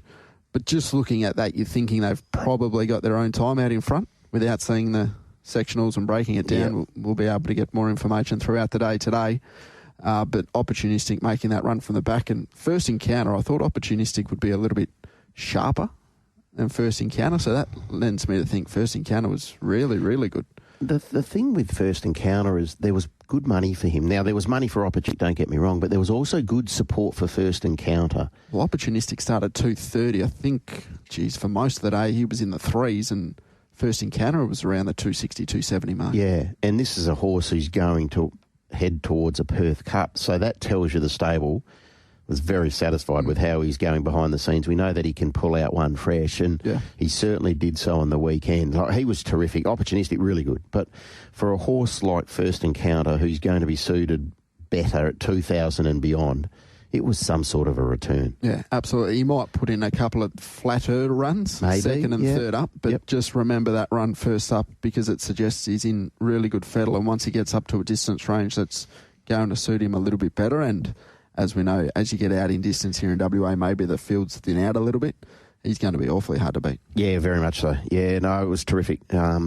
It was great. Now, as I said, well done to the winner. The winner was very, very good, Bruce Almighty. But when you're looking for the future and not taking anything away from the Neville Parnham veteran, you look at horses like the ones who are going to be headed to the features, and certainly Opportunistic, First Encounter. Captain Pluto was good. Yep. Captain Pluto fresh is always good, that we know. Red Sun Sensation, an unsuitable 1,400 as well. Had a decent enough quote. He was probably suited by where he landed in the run and the way that race was being run. Horses who could build into their work were suited because they did go a little bit steady up top. But no, it was a good effort, really good effort. Having a beer with one of the part owners of Bruce Almighty, and he thought, I didn't really want to come out to the races, but we're not too sure how many more starts old Brucey's going to have. Yeah. And gee whiz, didn't he celebrate? I thought it was the railway for a moment. Really? Good on him. Well, that's what it's all Fair about. enough. Absolutely. That's what gets you to the races. Yeah. And hopefully able to reinvest in a couple of horses. KTY was good. Yep. I know we touched on it with Adam, but that was a hot little 1,000 metre event, and he just once he got. Just exploded. He just exploded. Yeah, exactly right. Once he saw clear daylight at about the 200, he was just home. He just quickened up like a proper horse. Yeah. So he's been to a maiden at start 1 over 1,100 metres, ran second there at Albany, but, on debut you don't take too much out of that. And then to start 3, he went to 1,200. He was beaten by Schmooth Mover and Elite Missile, which form doesn't look too bad, but he's gone to another level since then. He's had 4 starts over the 1,000, won 3, ran third on the other occasion behind Repossession. So that form looks good as well. So, he probably to win some really good races needs to step out to 1,200 metres, but as we know, the better quality of races he gets into over the 1,200 metres and the faster they go, it looks like it's going to suit him down to the ground. Well, yeah, exactly. And Adam indicated he would go to the races again 2 weeks' time. 2 weeks' time. There's a 78 plus 1,000, so that would be. Can't see him not starting favourite in that. Yeah, well, he'll start favourite wherever he goes. Well, not wherever he goes, but yeah, if he's going to stay in ratings races for the time being and his rating would dictate that, yeah, absolutely, he will start favourite. A lot of people were keen on the chances of All Play and was back to early markets, a little bit unlucky. Whether or not if the Connections had their time again, they'd like to take the top and maybe control that race. I'm not too sure, but All Players, we spoke to Trevor on Thursday last week. We did, Thursday, yep. Probably just needs to sort out his racing manners a little bit, All Play. Yeah, he just got a bit keen, didn't he? He got a bit keen, and And this race, they didn't go as quick in this as they did in the 3-year-old Max Simmons. They were 58.24, I think KTY's time was, and in the Max Simmons, I think they broke 58. So he was tucked in behind them. He was crossed, and then it just got a little bit sticky from there. And whilst Sean was looking for some clear air and wanting to go through his gears, KTY was at full pelt. And once KTY had built that momentum, nothing was running him down. What about the win of Asphalt? Well, and credit to Josh and the training here of this horse, because he got to the races there on the weekend and he had not trialled. I think it was 80 days off the top of my head. 80 days. Runs. And he had to do some work in the run. Oh. He was on top of the ground. Now, Josh has been insistent all the way through. He's not just a wet tracker. And everyone's like, well, he knows the horse better than all of us. And he's bang on, because it was a good track on the weekend. It was firm. And this horse covered ground. They broke 124 for the 1400. And he was still, strong enough at the back end, winning by about 3/4 of a length. It was a really impressive performance. Well, that turn of foot, you look back at the form and you're going to say, he didn't beat too much, but he, as you mentioned, he did it tough. And that turn of foot quickened up when they got to about the 300, 250 off a wide run when they're not going slow. Yeah.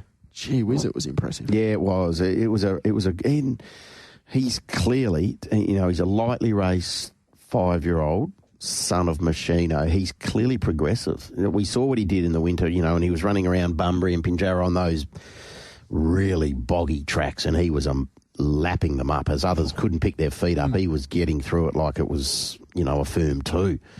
But there on the weekend, fresh, just terrific performance, and a really, really good training performance from Josh. Small team always, Josh, but always seems to have one horse that we're talking about, and he's at that Saturday grade capabilities. And a shout out to the first race of the season, Tiana Noski and Luke Campbell. If you listen to Luke Campbell on the Hour of Power, you could have had something on all on ready. Rode the horse for a little bit of speed, found somewhere near the speed and was far too good. And there was one horse in the last 5 or 10 minutes of betting time that punters wanted to be with. Now, Texan Dream had got to his mark. He started around that 6-4. But aggressive betting move. All on Red was the one. He started at $5. I think in the morning he was around that $8, $9 quote, and he basically, the price halved. And blinkers on, jumped cleanly, ridden for speed, it turned, and then with the benefit of that 850-metre trial under his belt, conditioned well, and he was terrific. So, well done to Tiana. It's great to see. Now operating in that new base south of Perth. And this horse, the son of Doubtland, who himself was a really, really quick horse. Good family, good sprinting family. And they got back basically the 62.5 they spent on this horse as a yearling. Yep. So all those horses that were talking points going into the meeting, I think they've all got ticks. We talk about opportunistic. I think that effort was a tick. Yes. Talk & Co, probably a bigger tick than we expected, going to the 1,000 metres. Snitzelate, fine. Twisted Still, not a cross, probably a question mark. Yeah. And then Planet Sweet, a massive tick. Yeah, and no knock on a linchpin who was beaten. He at start number 2, 1,600 metres, he's done a good job. Don't be dropping off him. He was beaten by Wembenyana. It was a William Pike special that beats linchpin. Fast run race too, first fast time. Run. He sat handy to the speed. He tracked that speed, and he was still there at the back end of that race. But Wembenyana scorched the Dulux, and linchpin lost no admirers. Absolutely. All right, there's a recap of Ascot. If you've still got anything else we need to talk about, 0427 789 571. We'll head out to a couple of messages from our sponsors. Brad Hardie on the other side, post 8 o'clock. This is a famous victory, a magnificent performance. On This Day in Sport is brought to you by Loans 123. What a legend.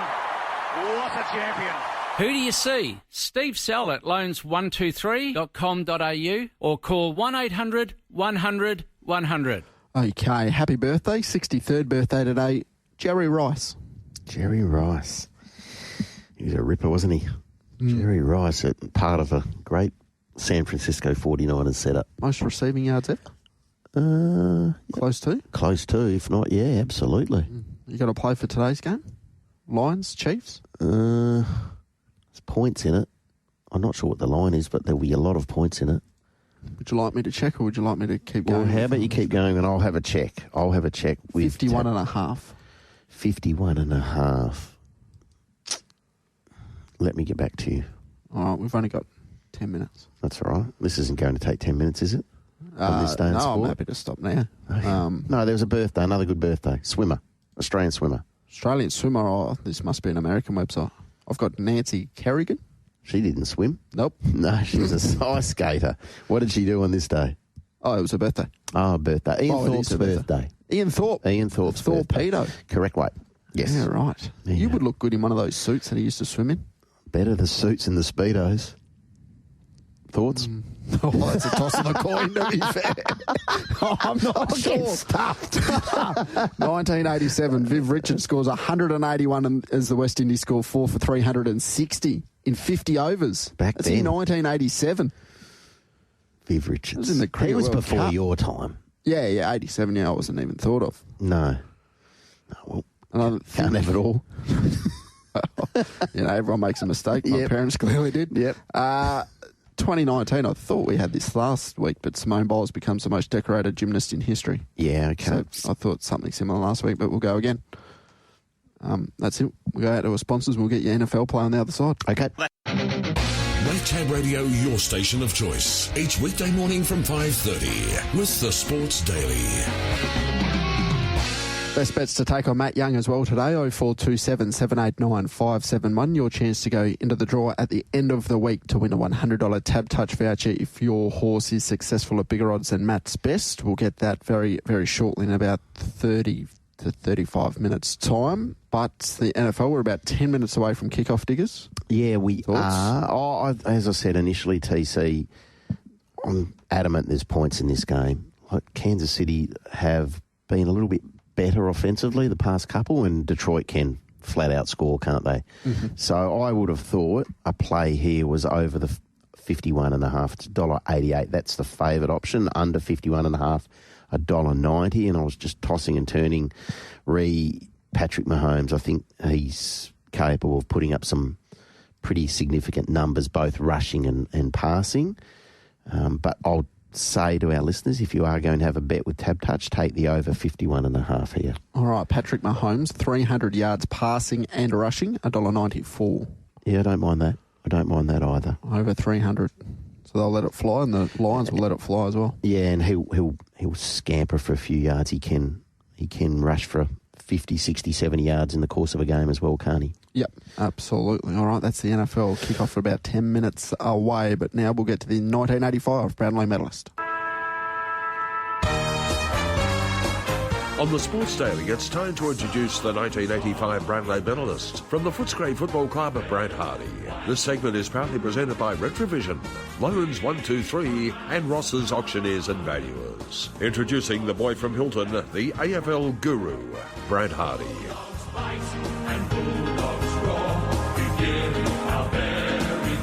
Good morning to you, Bradley.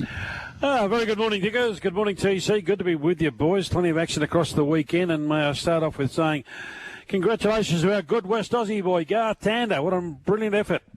Sixth Bathurst. That is fantastic, Diggers, isn't it? You know, and admittedly, he's been the co-driver in a few of them, but it doesn't matter.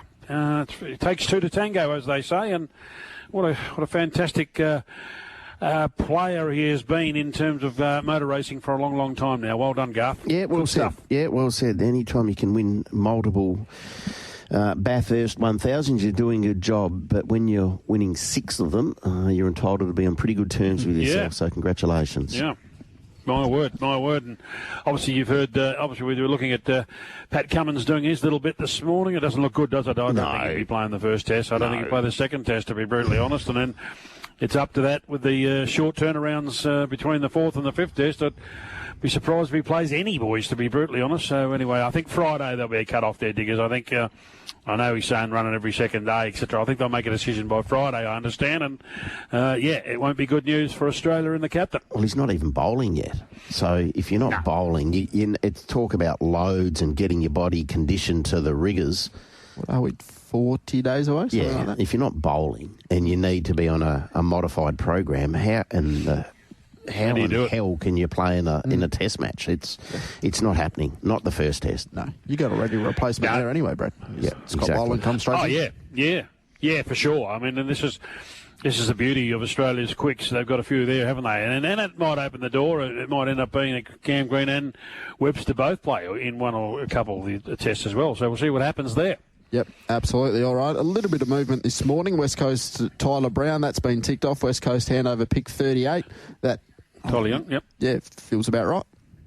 Yeah, I think so. And look, I mean, they say it every year, don't they, Diggers? They said it's a bit of a shallow draft, but we always find a diamond in the rough there somewhere. So, that seems about right in the 30s for that young man. And good luck. I hope he makes a fist of it and they get something out of it. But we're getting into the Monday now. It's Wednesday, 4:30 your time, Diggers. That all this is all got to be wrapped up. The cynic in me says they're holding a few back. There's 20 to be done. There's plenty to be done. And we'll hold a few back, as they always do, to make sure that it goes right down to the YTC to make sure we get the great theatre of the trade and why it works and why it doesn't work. Also, another trade confirmed. GWS get pick 12, and they give the Western Bulldogs pick 14 and 37. Yeah, and I think 37 will end up at Gold Coast for Butterick. And, so win-win there. Nothing much to talk about that one. I think the big ones, obviously, the main ones to fall are going to be, can Sydney get Curnow done? Can Hawthorn get Merritt done? Look, on face value, it's not looking great, but, I just got this gut feeling, and you're pretty experienced with this too, Diggers. You just get the funny feeling. I think the Merritt one will get done. To Hawthorn. I don't know how they're going to do it, but I think it's gone too far now, and I think this is one they're going to hold back right till the death, on the Wednesday to try and make sure it gets the maximum impact. And I know that Sydney were just creeping around on the weekend trying to make sure that talk to a few of their contracted players, TC, because at least they are brutal, Sydney, but they're also very empathetic. And if people don't want to go, well, they won't want to push them, if you know what I mean. So, I think they're just trying to find the right trade there to assist in maybe trying to get Charlie Curnow to Sydney. So what's the more likely scenario? Merritt leaves Essendon for Hawthorn, or Curnow leaves Carlton for Sydney, or are they equal? I think Merritt's in front there. Okay. Just as I said, they've got to get there. I mean, I don't think I think the Merritt one's more perilous, because of where it is. I mean, there's a great divide in that club, as we know, Diggers. From administration through coaching, through player group now. I'm sure, and that's always the case, as we know. We've been in enough change rooms to know that not everybody's on the same page. So I'm sure there is a divide between some of the playing group at Essendon and some of the other players. Some are in the corner of Merritt and some aren't. So, that's always going to be the collateral damage, unfortunately, when push comes to shove. And I just think that eventually Hawthorn have been working. They haven't been working on this overnight, have they? They did go early, I thought, Merritt, but you have to do that. You have to try and, if you want to leave a club, you've got to either, if you don't have a valid reason, you've got to create one. And I think he's done his best to do both, really, to be brutally honest. So who do you think gives in? Does Essendon say yes to 2 picks, first round and then a future first round, or do Hawthorn give in? They have said they don't want to trade any players away, but do they add a player to that deal? Well, they might have to. I think they have to add a player. It's just going to be the player they have to try and find. Now, if you said to me at the start of the year, TC, who would that player be, I would have said, it'll probably be Mitchell Lewis. Because Brisbane thought he was gettable, at the start of the year. Now he comes out and kicks 4 in a final. Where do we go next? That's when you all of a sudden you're starting to find it a little bit more difficult to find that player, Diggers, to who's going to satisfy Essendon. But I think they've got to. It can't be a set of steak knives. It's got to be. I think Merritt. I think we all believe TC's got 3, 4, 5 years in him possibly. So it's not a 2-year deal. He'll be there for 3 or 4 years, I would think. So Essendon are entitled to stand on their digs and get an early draft choice and a player for sure. Would Lee Kalia appeal to the Bulldogs, Brad? Look, I think they'll be looking at him. There's no doubt. But that was a really messy situation, wasn't it? When you think about it, it was a really bad look. Saying to Marty and Shorty yesterday, and this is not a kid who is on 4x200. You know what I mean? And let's take out of the fact that he's Sudanese and all that sort of stuff. But they've been courting him for so long. We thought that was the first penny to drop Diggers. Yeah, you know? we did. Yep. So, and then they've gone to bat several times. They've had to up Vintager. They've had to up Wilkie. Then they go out and get Silvani. Then they go and get Flanders from Gold Coast as well. And all of a sudden the numbers don't add up. And they can't offload Steele, can they? I think they thought Jack Steele would leave. No, he's stuck. And he's saying, I'm not going. Well, here's a question for you boys. If you're on 1.1 or 1.2 million, are you going? No. Nope. No, I'm happy to. I'm happy to play for Sandringham. Yeah. Or whatever. For 1 million. Yeah. Yeah, exactly right. So that's their issue. That's their problem there. But yeah, it just wasn't a great view for me. But this is what you're dealing with. These sort of blokes are, they have no care. They have no care about what, and the kid must be absolutely distraught. I mean, thinking for all his time, that he's been wooed and romanced and seduced, and then all of a sudden, by the way, champ, we can't fit you in anymore. See ya. I get the disappointment, Brad, and maybe this is the hard ass in me and a bit of the dinosaur approach. Yeah. I understand he's entitled to be disappointed, but the commentaries surrounding St Kilda's U-turn and he's destroyed, and you've just said it there. I get that, but this is business now. This is the football landscape that we operate in. So there are going to be players that are disappointed. There are going to be players that are euphoric. Like, I'm sorry, but Lee is going to have to get over it. And he can either suck it up, he can go back, or he can find a new home. It's not as if his career has ended. No, I get that, and I understand that. And it's fully entitled St Kilda to make a change of mind. We say that all the time, with players and clubs and all that. So that's not it. But it was just a very average look, and I think that's what the AFL are all about. They are about image, as you know, inclusivity, all of that. And it hasn't sat well with, and again, it'll be something that'll polarise the football community. 50% will say, say la vie, and another 50% will dirty up, and so whichever side of the fence, you're not wrong or right, but the bottom line is it's just how you feel about it, as opposed to being told how you should feel about it. Yeah, exactly right. Perfect player for North Melbourne to go after Diggers, I would have thought. Yeah, he could go there and go backwards in his career, like a lot of players do at North. Or he can go. I would have thought the Bulldogs, like North need a key defender, yes, or a capable tall defender, and I'd argue so do the Bulldogs. And the Bulldogs, I would have thought he's more of a pressing acquisition for them and where they're at with their list than what it is for North, because Lee is not going to influence the fortunes of North next year. He's not going to make them a finalist. He might make the Bulldogs finish top four and give them a double chance.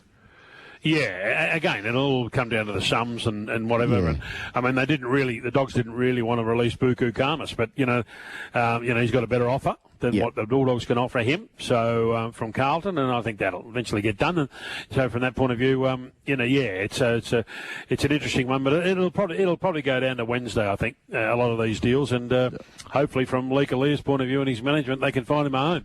Well, one of those deals be Christian Petrarca. That's probably done, and maybe if you're suggesting that holding out Brady's probably one that'll just get done on Wednesday nice and easily. Yeah, it's a little bit differently. It's a bit different to the Oliver one, because people saying, why are Melbourne sort of, happy to get rid of Oliver, who's won 4 best and fairest, and yet, the main thing is that Gold Coast are going to take over all of Petrarca's contract money, so that's a bonus for one, and they get an early draft pick for him, and I think they're just happy to get rid of Oliver off the books. So, half of it money anyway. So that's the reason why, if you want to have a fire sale, you've got to do it properly. And conversely, Stephen May doesn't look like he's got any suitors, so he may well remain at Melbourne. Yeah, unless someone jumps out of these rice bubbles over the next couple of days, and I think it's hard sell at Collingwood. It's I think. And the problem, he's got to be so careful, because people say, why doesn't he go to North Melbourne? Well, that's not going to help him, and that's not going to help them. And I'll tell you why, because the thing about Stephen May is he's getting aged, he's getting a bit older, and he's becoming more and more frustrated. Well, what do you think is going to happen when a young team still trying to find its feet, trying to find its way through Diggers, get belted every week, and he's part of the back six. And you can know what's going to happen, don't you? He's going to blow up. And so I think that's a very good reason why he shouldn't be going to North Melbourne. Yeah. Well, what's going on with Sydney? Are they just shopping around players just to see who goes? Well, no, they're being delicate. As I say, they can be ruthless, but it's going to come to shove there at some stage. They're going to have to sit somebody down. They've obviously told Ollie Florent, who was he was the first name came up, remember, Diggers, some time ago, but and then it went quiet, and then it was going to be, as we knew, Rowbottom, and then it was going to be Haywood, and now it's back to Florent. Pushed him out the door, and yeah, I'm keeping him. Oh, look, I hope they don't, but I maybe they start looking at other options. TC, whether it's a young McDonald, try and get him back to West Coast and get an early pick for him, and on trade that to Carlton for Curnow. Or I'd really like to see him play alongside Curnow, but sometimes you just got to make, as Digger says, business decisions that are going to work for your club. So at the moment, they're treading on eggshells, trying to find the right player who's prepared to up sticks and leave Sydney, which not too many generally do, in an endeavour to try and find that early draft pick to satisfy Carlton, or a player to Carlton. And because George Hewitt's been a resounding success, hasn't he? Yeah, so, if they can find another one like that and get some early draft choices, that might be enough for Carlton to come across. Because Carlton aren't averse from Curnow going. They haven't actually flat out said no. They're just basically posturing, saying, well, you dish up, something out of this world, we'll consider it. Simple as that. Anything else bubbling, Brad, over there on the East Coast? No, I think your boy Simpkin. I'm not sure where he lands. I think and it's caused a bit of trouble because even if Merritt didn't come to fruition, which we think it will, I mean he can't go back in as captain. And I dare say if Simpkins doesn't work, I don't think he can be captain either, can he? No. I think you have to make changes and preparation there to see where. See what goes on with North Melbourne. So I think they're all a little bit of a tiz about that one. Is it a cautionary tale for Collingwood, TC? I'll ask you this as a Collingwood man. Jai Simpkin can't get a go in North Melbourne's midfield yet. With the midfield stocks at Collingwood, it looks like he's being targeted with a view to playing in the midfield. Is it a cautionary tale? I think they want 2 first-round picks for him, don't they? Isn't that what they've asked for? But I'm just saying, this is a player who has been squeezed out of the centre square at North because you've got Davies, Uniacke, Sheasel and the like. Well, I'd argue North Melbourne's midfield ended the season a little bit deeper than Collingwood's, to be fair. Yeah. He might be right place, right time, Jai, and he gets an opportunity to play for a powerhouse, but... Well, he doesn't have great leg speed, but put him in the Collingwood midfield, he'll look lightning. Yeah, that's true. Yeah, it's an interesting one. Well, we know that Pendlebury's obviously not getting any younger, and Dacos needs a bit of a chop out. I just hope they give blokes like Ed Allen and a few of those a bit of a chance, at some point, because otherwise they're just going to. Would be nice. Yeah, if another one comes in and bumps him a further rung down the ladder, I wouldn't be happy. That's for sure. So other clubs will be looking to hopefully pick him up. Anyway, boys, all good. We'll see. Beautiful. All right, couple of nice sponsors. Yes, Group 1 Morts, he's an absolute champion, Retrovision, been a brilliant one. And the Nude Nut, 1-800-100-100, he can do things the banks can't and continues to do so. And Frankie Lee at Ross's Auctions, boys, and looking forward to some more great racing later in the week. Yeah, absolutely. All right, Brad, thank you very much. We'll catch up tomorrow. All the best, boys. Beautiful. There's Brad Hardie, the 1985 Brownlow medalist. Brad Hardie is proudly presented by Retrovision, Loans 123, and Ross's Auctioneers and Valuers. Retrovision, lowest price guaranteed. RAC members save 5%. Loans 123 for all your loan needs. Call Steve Sell on 1-800-100-100. Ross's Auctioneers and Valuers, the leading auctioneering firm in WA.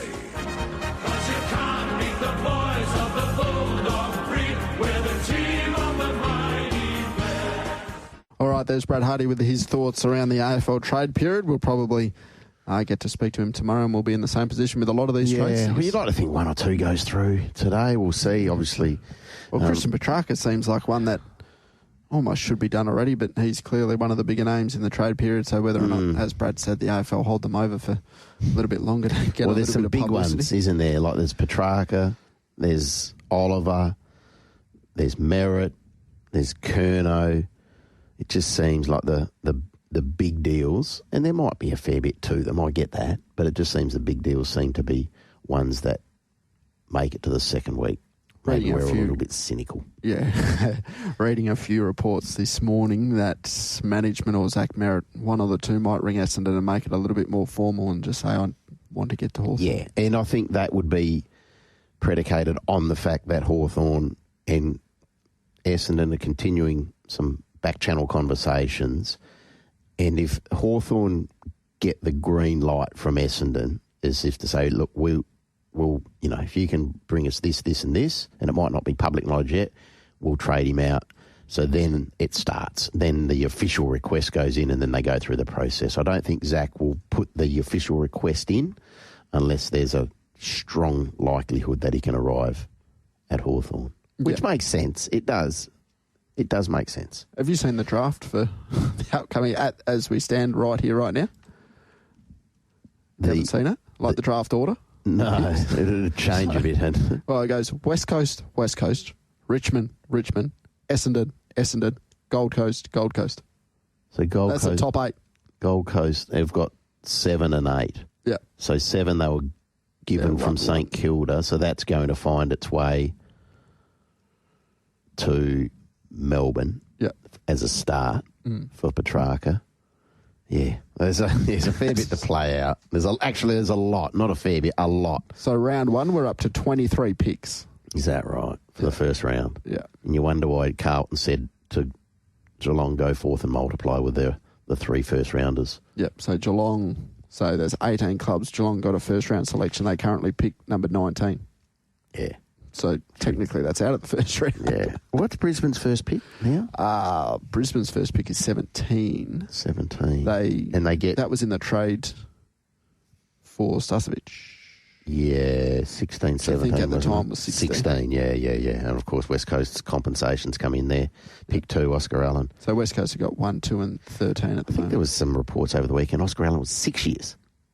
6 years at 900. Not 5 years at 900, 6 years at 900. Jeez, what's Sam Draper get then? Well, I think he got a 5-yearer. But Oscar Allen's 6. It's a big commitment, isn't it? Yeah, well, they're pretty confident they'll get him right health-wise. Yeah. And to be fair, you can't argue with them. No. Track record's pretty good. Terrific. Joe Danaher couldn't get on the park, could he, at Essendon, and becomes a reliable, healthy conveyance up there in Brisbane. Absolutely. We'll get your text messages on the other side of the traffic, 0427 789 571. Let us hear your thoughts about the trade period AFL. Is it too long? I think I know the answer, but we'll read them out anyway. Make Tab Radio your station of choice. Each weekday morning from 5:30 with the Sports Daily. All right, nearing the end of the Sports Daily on this Monday morning, the 13th of October. Matt Young not too far away to give us his tips for pacing at Pinjarra. Brad from Success. Hey, guys, I thought it was a huge run by Max Verstappen on Saturday in race 7. Had to carry 60 kilos, barrier 15, hit the front halfway down the straight, got beaten less than a length. Huge run. Big run, yeah. I was actually with Max Verstappen as my best on Saturday. As much as he went under, I was quite impressed by the performance. All right, there was one here as well talking about that race and the winner. It's a good talking point out the races on Saturday about the price of old mate Henry. Yes. A lot of people was sort of against him, but I was against him. That was a nice win. I got that completely and utterly wrong. I thought he was a risk coming out of that maiden, but boy, it was a big win. Credit to Steele, credit to William, and credit to the horse as well, because he's not the finished article, is he? He's still got a little bit of furnishing to do, mentally more so than physically, but gee whiz, there's a motor there. Yeah. There's a proper motor. 1,800 metre restricted race, 60 plus. I still think there's a few there you can follow. I think Mississippi Dawn was okay. Yeah, you were keen on Mississippi Dawn, were you not, going in? Each way price, yeah. I had a few bets that are around that $8, $12 mark. None of them came off, so that was good. Yeah, it's always fun. It's a great day. Isn't it great? Oh, gee whiz. Anyway, Neil's text in. What about Aaliyah to Essendon? We need 5 defenders. Well, you lose Laverty. You've still got they need all 6, though. Oh, Mackay's still there. Yeah, so Mackay's still there. They just need Hopefully to get Ridley gets healthy. They just need to get healthy, Essendon. I feel a little bit for Brad Scott this season because he was coaching with one arm tied behind his back. Would they have 15 debutants? That's not sustainable. You can't win enough games of football to be playing finals with that many fresh faces. It's impossible. No. Well, Darcy Parish had a good year 2 or 3 years ago, and he's barely played since. Ridley won the best and fairest same time frame, maybe 2 years ago. He hasn't got on the park since. Yes. Yeah. Merritt. Durham's come on, but unfortunately he's sort of the right hand man to Zach Merritt at the moment. Yeah. There's a few holes in that list, and unfortunately, in saying that, they're in a strong position at the moment, Essendon, because did you say what have they got? Picks 5 and 6. Essendon. Is that what they've got at the moment? Yep. 5 and 6. They got 6 from Melbourne last year. So they've got picks 5 and 6. Mm-hmm. You're likely going to get 2 first rounders, one this year. From 21 as well, Sam Draper compensation. And you'll get Hawthorn's first rounder if Merritt leaves. Pick 9. 5, 6, 9 and 21 if that happens. Yeah. And there'll be a future in there as well. So, yeah, there's a little bit to play out yet, but Essendon are going to have a strong draft hand. Is that going to help them in the short term? Some will say no, but... Better this year than in 2 years' time. Correct, Wade. 100% right. Which is going to be the theme of trade talk and discussions for the next couple of years, because we know what Tasmania have. I think it's 1, 3, 5, 7, 9, 13. Yeah, 14, 15, 16, 17. The whole third round's Tasmania. Yeah, they're going to be given a leg up, which they need to be fair. We spoke about it with Brad. Lisa from Ellenbrook's text in, can you ask Brad, did the Eagles pay overs for Young? And should they have walked him into the pre-season draft and got him for nothing? He said that was about right for... Yeah, what was it, pick 38? Yeah, that's fine. And to be fair, I think it was Slammer who mentioned last week 41 for Campbell Chesser, West Coast Carlton. I thought maybe that was... I thought maybe he could got somewhere into the 30s, Campbell Chesser, but Slammer was right, 41 it was. So Campbell Chesser's now a Carlton Football Club player, and West Coast get, what's that, a second rounder, third rounder? I'm trying to work it out. It'd be early third rounder, would it? 41. Just within there, how distorted the draft is. What did you say it is? 23 picks in the first round? Yeah, it's a late second round at the moment. Yeah, so, yeah, that's probably fair. Hopefully the the young man gets a run at it with his body, Campbell Chesser, because he was a first-round selection by West Coast in a time, I think that was in the pandemic stage, and he hadn't played a lot of junior footy at that point in time. So if he can get a run at it, and you saw it at the back end of last season that he can play, he covers the ground well, probably can be a little bit more polished by foot, but he's got a bit of work to do there. But more importantly, he just needs to get his body right. Yeah, a bit of leg speed if he does get up and go for Carlton is what they need. Yep. I don't want to bring up old wounds, but why have North Melbourne given their pick 4 to Richmond? What happened there? That was what they did last season, wasn't it? They traded it away and all the rest of it. So, the list management decisions that North Melbourne has made over the past 4 to 5 seasons, if you're a North Melbourne supporter, you've got no hair left because you've just pulled it out. It's just been baffling. I didn't mean to kick you while you were down, Dix. No, that's good, thanks. It's been a tough couple of weeks now. All right, Lukey from Bayswater. If it makes it feel better, he's having a crack at J-Mac. J-Mac? Is J-Mac being found out a little bit in Melbourne? Whoa. Going up against Zara Williams Shin and the like. Oh. Very few winners, which I don't mind as I don't back him. Wow. Lukey's gone bang early. Well, you know what? I spoke to someone yesterday. I was in the car and they were of that view. They said, I won't say what they said, but it was along the lines of, he's no genius. And I thought, okay.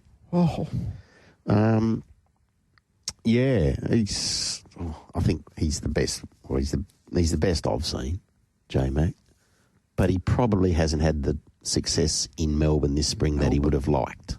Would that be fair? What have been his chances in the big races? Wotan, obviously, on the weekend. Via Sistina.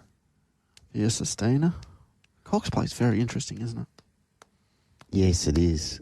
Is Treasure of the Moment still going there? Or is he taking stock? You couldn't possibly go there off that, could you? Or is it a case of she's building now and she needed that run again on the weekend to bring her to a peak after the little setback? Gee whiz, I'm not sure that run on the weekend does too much for you, does it? Didn't scream Cox Plate to me, albeit I've never trained a horse of her quality or trained a horse full stop, so Matt Laurie would know. But I look at that and go, ugh. Yeah. I think post-race he was a little bit flat, but as we heard from Matt Welsh, maybe on Sunday morning he was a little bit more upbeat, so we'll have to take stock. With Tab Touch, Sir Delia's $270, Via Sistina $290, Antino $5, Aliana $12, Treasure of the Moment $13, Autumn Boy $14, Buckaroo $18, Tom Kitten $31, upwards others. So she's out the gate with Tab Touch in the futures, Treasure of the Moment out to $13. Sir Delius and Via Sistina $270, $290 respectively. Right here, right now, it's probably a race in two with a half a chance to Antino. Did you say $5? $5 Antino. He was pretty good the other day. He was pretty good, yeah. Gee whiz, he covered some ground. And Craig was able to have the gun run. Aren't they riding well, those big boys in Melbourne? When I say that, like Mark Zara rides well all the time, but Shin, Group 1s, Craig Williams, Group 1s, and D Lane clearly winning the Caulfield Guineas again, going back-to-back for Chris Waller. So it's great to see the big dogs standing up at the big races over there in the spring. Yeah, yep, exactly right. All right, Will Brodie to Port Adelaide confirmed. Will Brodie to Port Adelaide to trade pick 103 to Fremantle for Will Brodie. Just get him off your books, start afresh. Unfortunately, he sort of burst onto the scene, didn't he? When he 3 years arrived, ago, pick 103, you're thinking, gee whiz. Yeah, but he just, when was the last time he played for Fremantle? 23 or something? Yeah, it's been a while, hasn't it? He's a big-bodied midfielder. To be brutally honest, he's not quick. It's interesting from Port Adelaide to go after him. Obviously, there's the connection there with Josh Carr, but you've got Ollie Wines in that midfield. Well, maybe whether or not Ollie's getting very close to the end, isn't he? Question marks there, but you got Willem Drew as well, similar player. Not quick, not great with his foot. Just a bit of, maybe he's just a depth option. Well, you're not exactly parting with a great deal to get him. No, so he's a free hit. And he wouldn't be, I dare say, wouldn't be overly expensive. No. And they probably, some of their depth was a little bit exposed. Port Adelaide? Yeah, that's been the knock on them, hasn't it? Yeah, spot on. Yep. All right, Neil, you must be joking. Mackay is a dud. He was overrated dud. Overrated dud. At North. Oh. And an absolute dud at Essendon. They cost us $1 million the last 2 years. An and 3 more to come. Dud. Marty Young's a fan. You wonder why we are... Yep. I think Marty, deep down, I think he actually admires Mackay. He doesn't say as much publicly, but I've had a couple of private conversations with Marty, and he thinks there's some upside there with Mackay. So make of that what you will. Why'd you wink before you said that? No, I did not. Don't be like, no, Mart thinks there's something there. He said he just needs to extract it, Brad Scott. But, yeah, he thinks there's something there. I had a few beers at the races with a passionate Essendon man Saturday. And what's his take on the whole situation? Just need to get fit. Essendon do? Yeah. And then what about the lack of talent? Then what happens? You're going to run a marathon, are you? You're going to get rock hard fit. Oh, they still can't play. A lot of marathon runners yesterday around the country. What's going on there? Yeah, just foolish. Foolish. Yeah. That's not for me. Or a good friend of mine. You didn't get out there? Or what do you reckon? I was just asking. Well, you know the answer. Yeah, nice. Don't ask a question when you know the answer. You're probably tied up at the wrestling, were you? Oh, well, that was in town, wasn't it? Where was that, RAC Arena or Crown? Huge. No, RAC. Was it? Crown. Give me a spell. 13,000 back-to-back nights. Really? Yeah. It's massive. Some brain power there. Oh, fair income. Wrestling, give me a spell. Oh, you don't like John Cena? I don't mind John Cena. I've seen him in some movies. I think he's all right. But wrestling, please, give me a spell. I'll probably upset some people on the text line. Have a good hard look at yourself. Our next guest, I'll get some, sponsors. He loves the wrestling. No, he doesn't. Matt Young loves the wrestling. He does not. He does. Rubbish. I'll play some sponsor messages and we'll hear it from him. Make Tab Radio your station of choice. Each weekday morning from 5:30 with the Sports Daily. All right, welcome back to the Sports Daily. We are going to get to Matt Young's preview now that I've found the sting. This WA Harness Racing Preview is brought to you by Retrovision. TVs, computers, electrical appliances and homewares. Retrovision is your retailer of choice. Retrovision, 60 years strong in WA with 18 stores statewide. RAC members receive an additional 5% every day at Retrovision. And as you mentioned, Diggers, one of the biggest wrestling fans you know, not. Matt Young. He's good morning. Not. You better not be. Good morning to you, boys. You're not a wrestling fan, are you, Matt? Yeah, I love it. Oh, that might do me. You're an intelligent man, Matt. What's wrong with wrestling? I enjoyed it when I'm not as big a fan as when I was a kid, but from time to time, I didn't go over the weekend, and I'm not going tonight. So, was it tonight as well? Is it? Yep. Yeah. Monday Night Raw. Yep. Come on, Diggs, get up with the program. I must be distracted. Okay, Pinjarra today. Home track, confidence levels, out of 10. 10 being extremely. I gathered that would be extremely confident. We'll go 7.5. All right, 7.5. All right, the first at 12:38 over the 2,116 metres. It's the Bonavista Bay at Spurs Stud Condition Trot, and we're looking at an odds-on favourite to be driven by Gary Hall Jr. Yeah, Aristotle. Look, the first up run was okay. Goes to a standing start, which raced in the Mobile last time out and has won 4 of the 7 races in his career from the stand. So just wanted to hang out at a vital point in the race, but was coming in fresh into that race, so expecting a better performance here. And I think Aristotle looks hard to beat, but definitely hasn't been missed in the market. So 6 on top, 8 York Kidding in for second. Just going back that 10 metres makes things a little bit tougher, but I think the performance 2 starts ago was pretty strong and normally steps reasonably well, so can get into a 40s position. I think York Kidding can run well. 10 Majestic Marin, I thought the first up run was good. Strip's fitter for that, and we'll be getting home well again. And 3 Labrador could give a bit of cheek if he was able to bounce to the top with Chris Lewis on. The short course stand suits him a little bit, but he just needs to step safely. He can be a little bit of a mixed bag on occasions. 6, 8, 10, 3. In race number 1, race 2 over the 21.85. Good time Sammy at Spurs Stud Pace. $1.40 the favourite is Ideal Diamond. Yeah, couldn't have been more impressive. First up, Ideal Diamond came from back in the field. Look, it's probably going to have to do a little bit in the early stages again. We'll find out a lot more about this horse, but just watching side on, looks a really nice type and very strong and fast. And yeah, they don't really do what this horse did on debut. This filly, she was able to sprint home powerfully out wide on the track, but she just looked like she'd been there before. So 5 on top. Ideal Diamond in for second and putting in the 1, Insurgency. I thought was a decent run first up. Goes up to the 2,185 metres, but it's got the gate speed, can lead early. It's got options from there, should run well. And then the Campo duo, 9 Miss Bejeweled, expecting her to get home strongly. She's got a lot of high speed and 7 Sweeter the Better.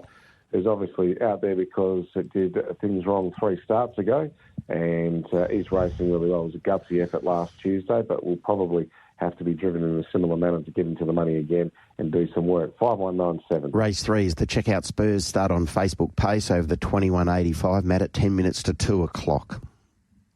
Yeah, I'm with the 7 Dunkerletti on top here. I think the form has been against better horses, and this looks a really suitable race. Another one that the market hasn't missed in terms of pricing and chances. But I think Dunkerletti looks pretty hard to beat in this race.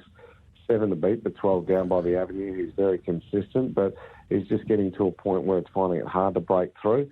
In for third, number 2, Game Time. I think has raced against reasonable opposition in recent runs, gets a nice draw here and could see a further improvement from Game Time from the good draw. And 4 Float My Boat's a horse that I've always had a little bit of time for, but he's a bit of a tricky horse to catch, to be kind, and put him in for the top 4 because I think on ability he can definitely get into the money. 7, 12, 2, 4. Race number 4 on the program, the Valet Howard Finn Lightning Lap. Scratch number 10, 6 runners at $6 or under. Stapleton the favourite at $3.20. Yeah, I like Stapleton here. I think he could charge across and lead. And if he was able to hit the rail, I think he'll win the race. So it's chips in for me, and I'm sure Toby Lynn will be feeling the same way. So Stapleton, last start, ran against some nice ones, and I think this represents easier. I think the draw and map represent better as well. So I was pretty keen on Stapleton here. So 5 on top to beat 3 Eastern Qualities. Had a few runs for Ash Markham, who's performing really well. Comes up with a reasonable draw, can just tuck in behind and expecting a strong finish. In for third 7, they call me Stooge. Another one who can get home well but isn't drawn as well as last start, so shouldn't be too far away again, but does get a little bit trickier. And won the Julian Harai in for the top 4 spot. I thought she wasn't a bad effort last start, just a little bit of interference ahead of her, and she just sort of finished with the beaten brigade. So I'm expecting her to run a better race from the pole. 5-3-7-1. Race 5 is the Bonavista Bay, your double Westbred sire pace over the 1684 at 6 minutes after 3 o'clock. The 3 Jolted Charm for Abby Vidovich is the $2.10 Tab Touch favourite, Matt. Yeah, it's an open sort of race here. Jolted Charm looks a potential leader in the event. I'm going with the 1 Sugar Bull on top. Had no luck last start, but previous 2 runs were good. Expect her to be no further back than leaders back in this race, and with a nice long straight sprint lane in operation, I thought Sugar Boo might be able to get them late. So 1 on top, 3 Jolted Charm. That's probably my big concern for her, is that she's got a long straight to think about things, and she's won 2 of her last 3 that she's been able to sort of control. It's over the mile. There could be a little bit of speed in the race. They could go a quick first quarter, and Jolted Charm does look hard to run down, but I just think it's short enough in the market. It's probably more why I've demoted her to second. 6 Eleganza, the greats, had every chance last start, finished second, not beaten far. She's got great speed in her own right. She's probably one of the few in the race that could do some work, and expecting her to run well, even from the draw. And 9 Honour the Eagles, racing soundly, and from the draw can get into a reasonable position and get home well from there. 1-3-6-9. Race number 6 on the program, 220 favourite Karaoke Star. Yeah, with the 7 on top here in Karaoke Star. Look, he does seem to perform really well at this trip, and I think he's got a few strings to his bow when it comes into racing this sort of grade. So with the 7 on top, Karaoke Star, 10 Be a Lawyer with a winner 2 back, beating this similar sort of field. Even from the draw, I think he can really perform well. In for third, I'm going to throw in number 6 in Years in a Well. It's probably got the gate speed to get to the top, to be fair.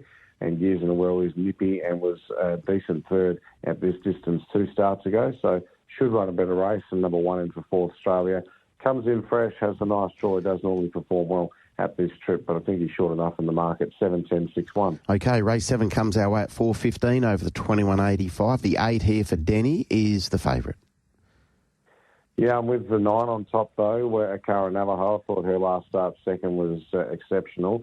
And there's a little bit of speed off the front line, so I think being just 1 off and with the favourite to the inside, I think Junior can just try and play a little bit of cat and mouse here. So I'm happy to be with the 9 on an each-way basis. Akara Navajo to beat the 8 of Captains Have Time, who's been racing against the best fillies that we've seen in the States for this year. And look, she's going to need just a touch of luck from the draw, but she's definitely got the depth that will be required to overcome barrier 8 in terms of having to come off and do some work. 7 in for third, Beyond the Sea, hit the line well in a very strong mares race last start. I'm expecting a better run from her. She's the right sort of price to have something on, but definitely include her in your quaddies. And 10 to get home from the back of the field, Northview Dance. I expect him to be running home nicely in this race. 9-8-7-10. That's race number 7. Taking a look at race number 8, the favourite at $3.50 is Wall Street Girl, number 7. Yeah, with the 6 Malachi on top, I thought Malachi was a chance to dashboard and potentially get to the lead. Forgive the last one, she just did too much work in the middle stages, but I think she can use her speed in the early stages and get forward into a pretty strong spot, even potentially lead. And if she was able to find the top, she'd be very hard to beat. 7 in per second, Wall Street Girls come back well. She just lacks a bit of tactical speed, which doesn't really matter when you've drawn 7, but she's been closing off strongly in her races. 11 Sweet Ivy didn't have any luck last start, is definitely better for this sort of grade of race, and expecting her to get home well. And 10 Idle Interest. He's just going around at a bit of a silly price, I think, in this race. He's a horse that was a winner fullback, and I think this sort of grade where he can just sit back and watch things unfold and be the hunter instead of the hunted, I think will suit him nicely. So including him into the top 4, 6, 7, 11, 10. Okay, Matt, and we rounded out with the Get the Double Westbred bonus with Bonavista Bay Pace over the 21.85 at 5.25. Yeah, open sort of race, this one. I'm going with the 8 on top, Relatively Armour. He's going to need a little bit of luck from the draw, but I think this horse is good enough to work in at a clear late and be getting home strongly. She's going to be sizzling home when the gaps open. 6 in per second, Travel Bands racing consistently. Has to be considered a chance. 10 Flying Disco is another one that is a very consistent performer. I expect him to get home nicely. And 3, looks a likely leader in the race, Matty Lou. It seems to be a bit of a rising grade, but I think Matty Lou can get to the top and give them something to chase. It was a nice effort last start. 8, 6, 10, 3. All right, who's the best? Race 4, number 5, Stapleton for me. Race 4, number 5, and who's the special guest on Off and Pacing? Aidan Francis de Campo. All right, I saw him at the races. Hopefully he pulled up all right. He wouldn't have done. He's a recidivist. He doesn't learn. All right, we'll hear from you in 5 minutes' time. Will do. Cheers, guys. There's Matt Young off and pacing, of course, with Ollie County, trying to find you the winners for the week in pacing. And then, as we heard, Aidan DeCampo, the special guest with Matt from around 9:20. We'll do it all again tomorrow morning. We will indeed, TC. Have a wonderful Monday. We can chat some trials. There's a bit of action going on there at Belmont as we speak. Yeah, just saw my Authorita go past the line. Okay. Looked nice. And then there's a nice trial coming up in about 10 minutes' time as well. So looking forward to dissecting that on the Sports Daily tomorrow morning from 5:30.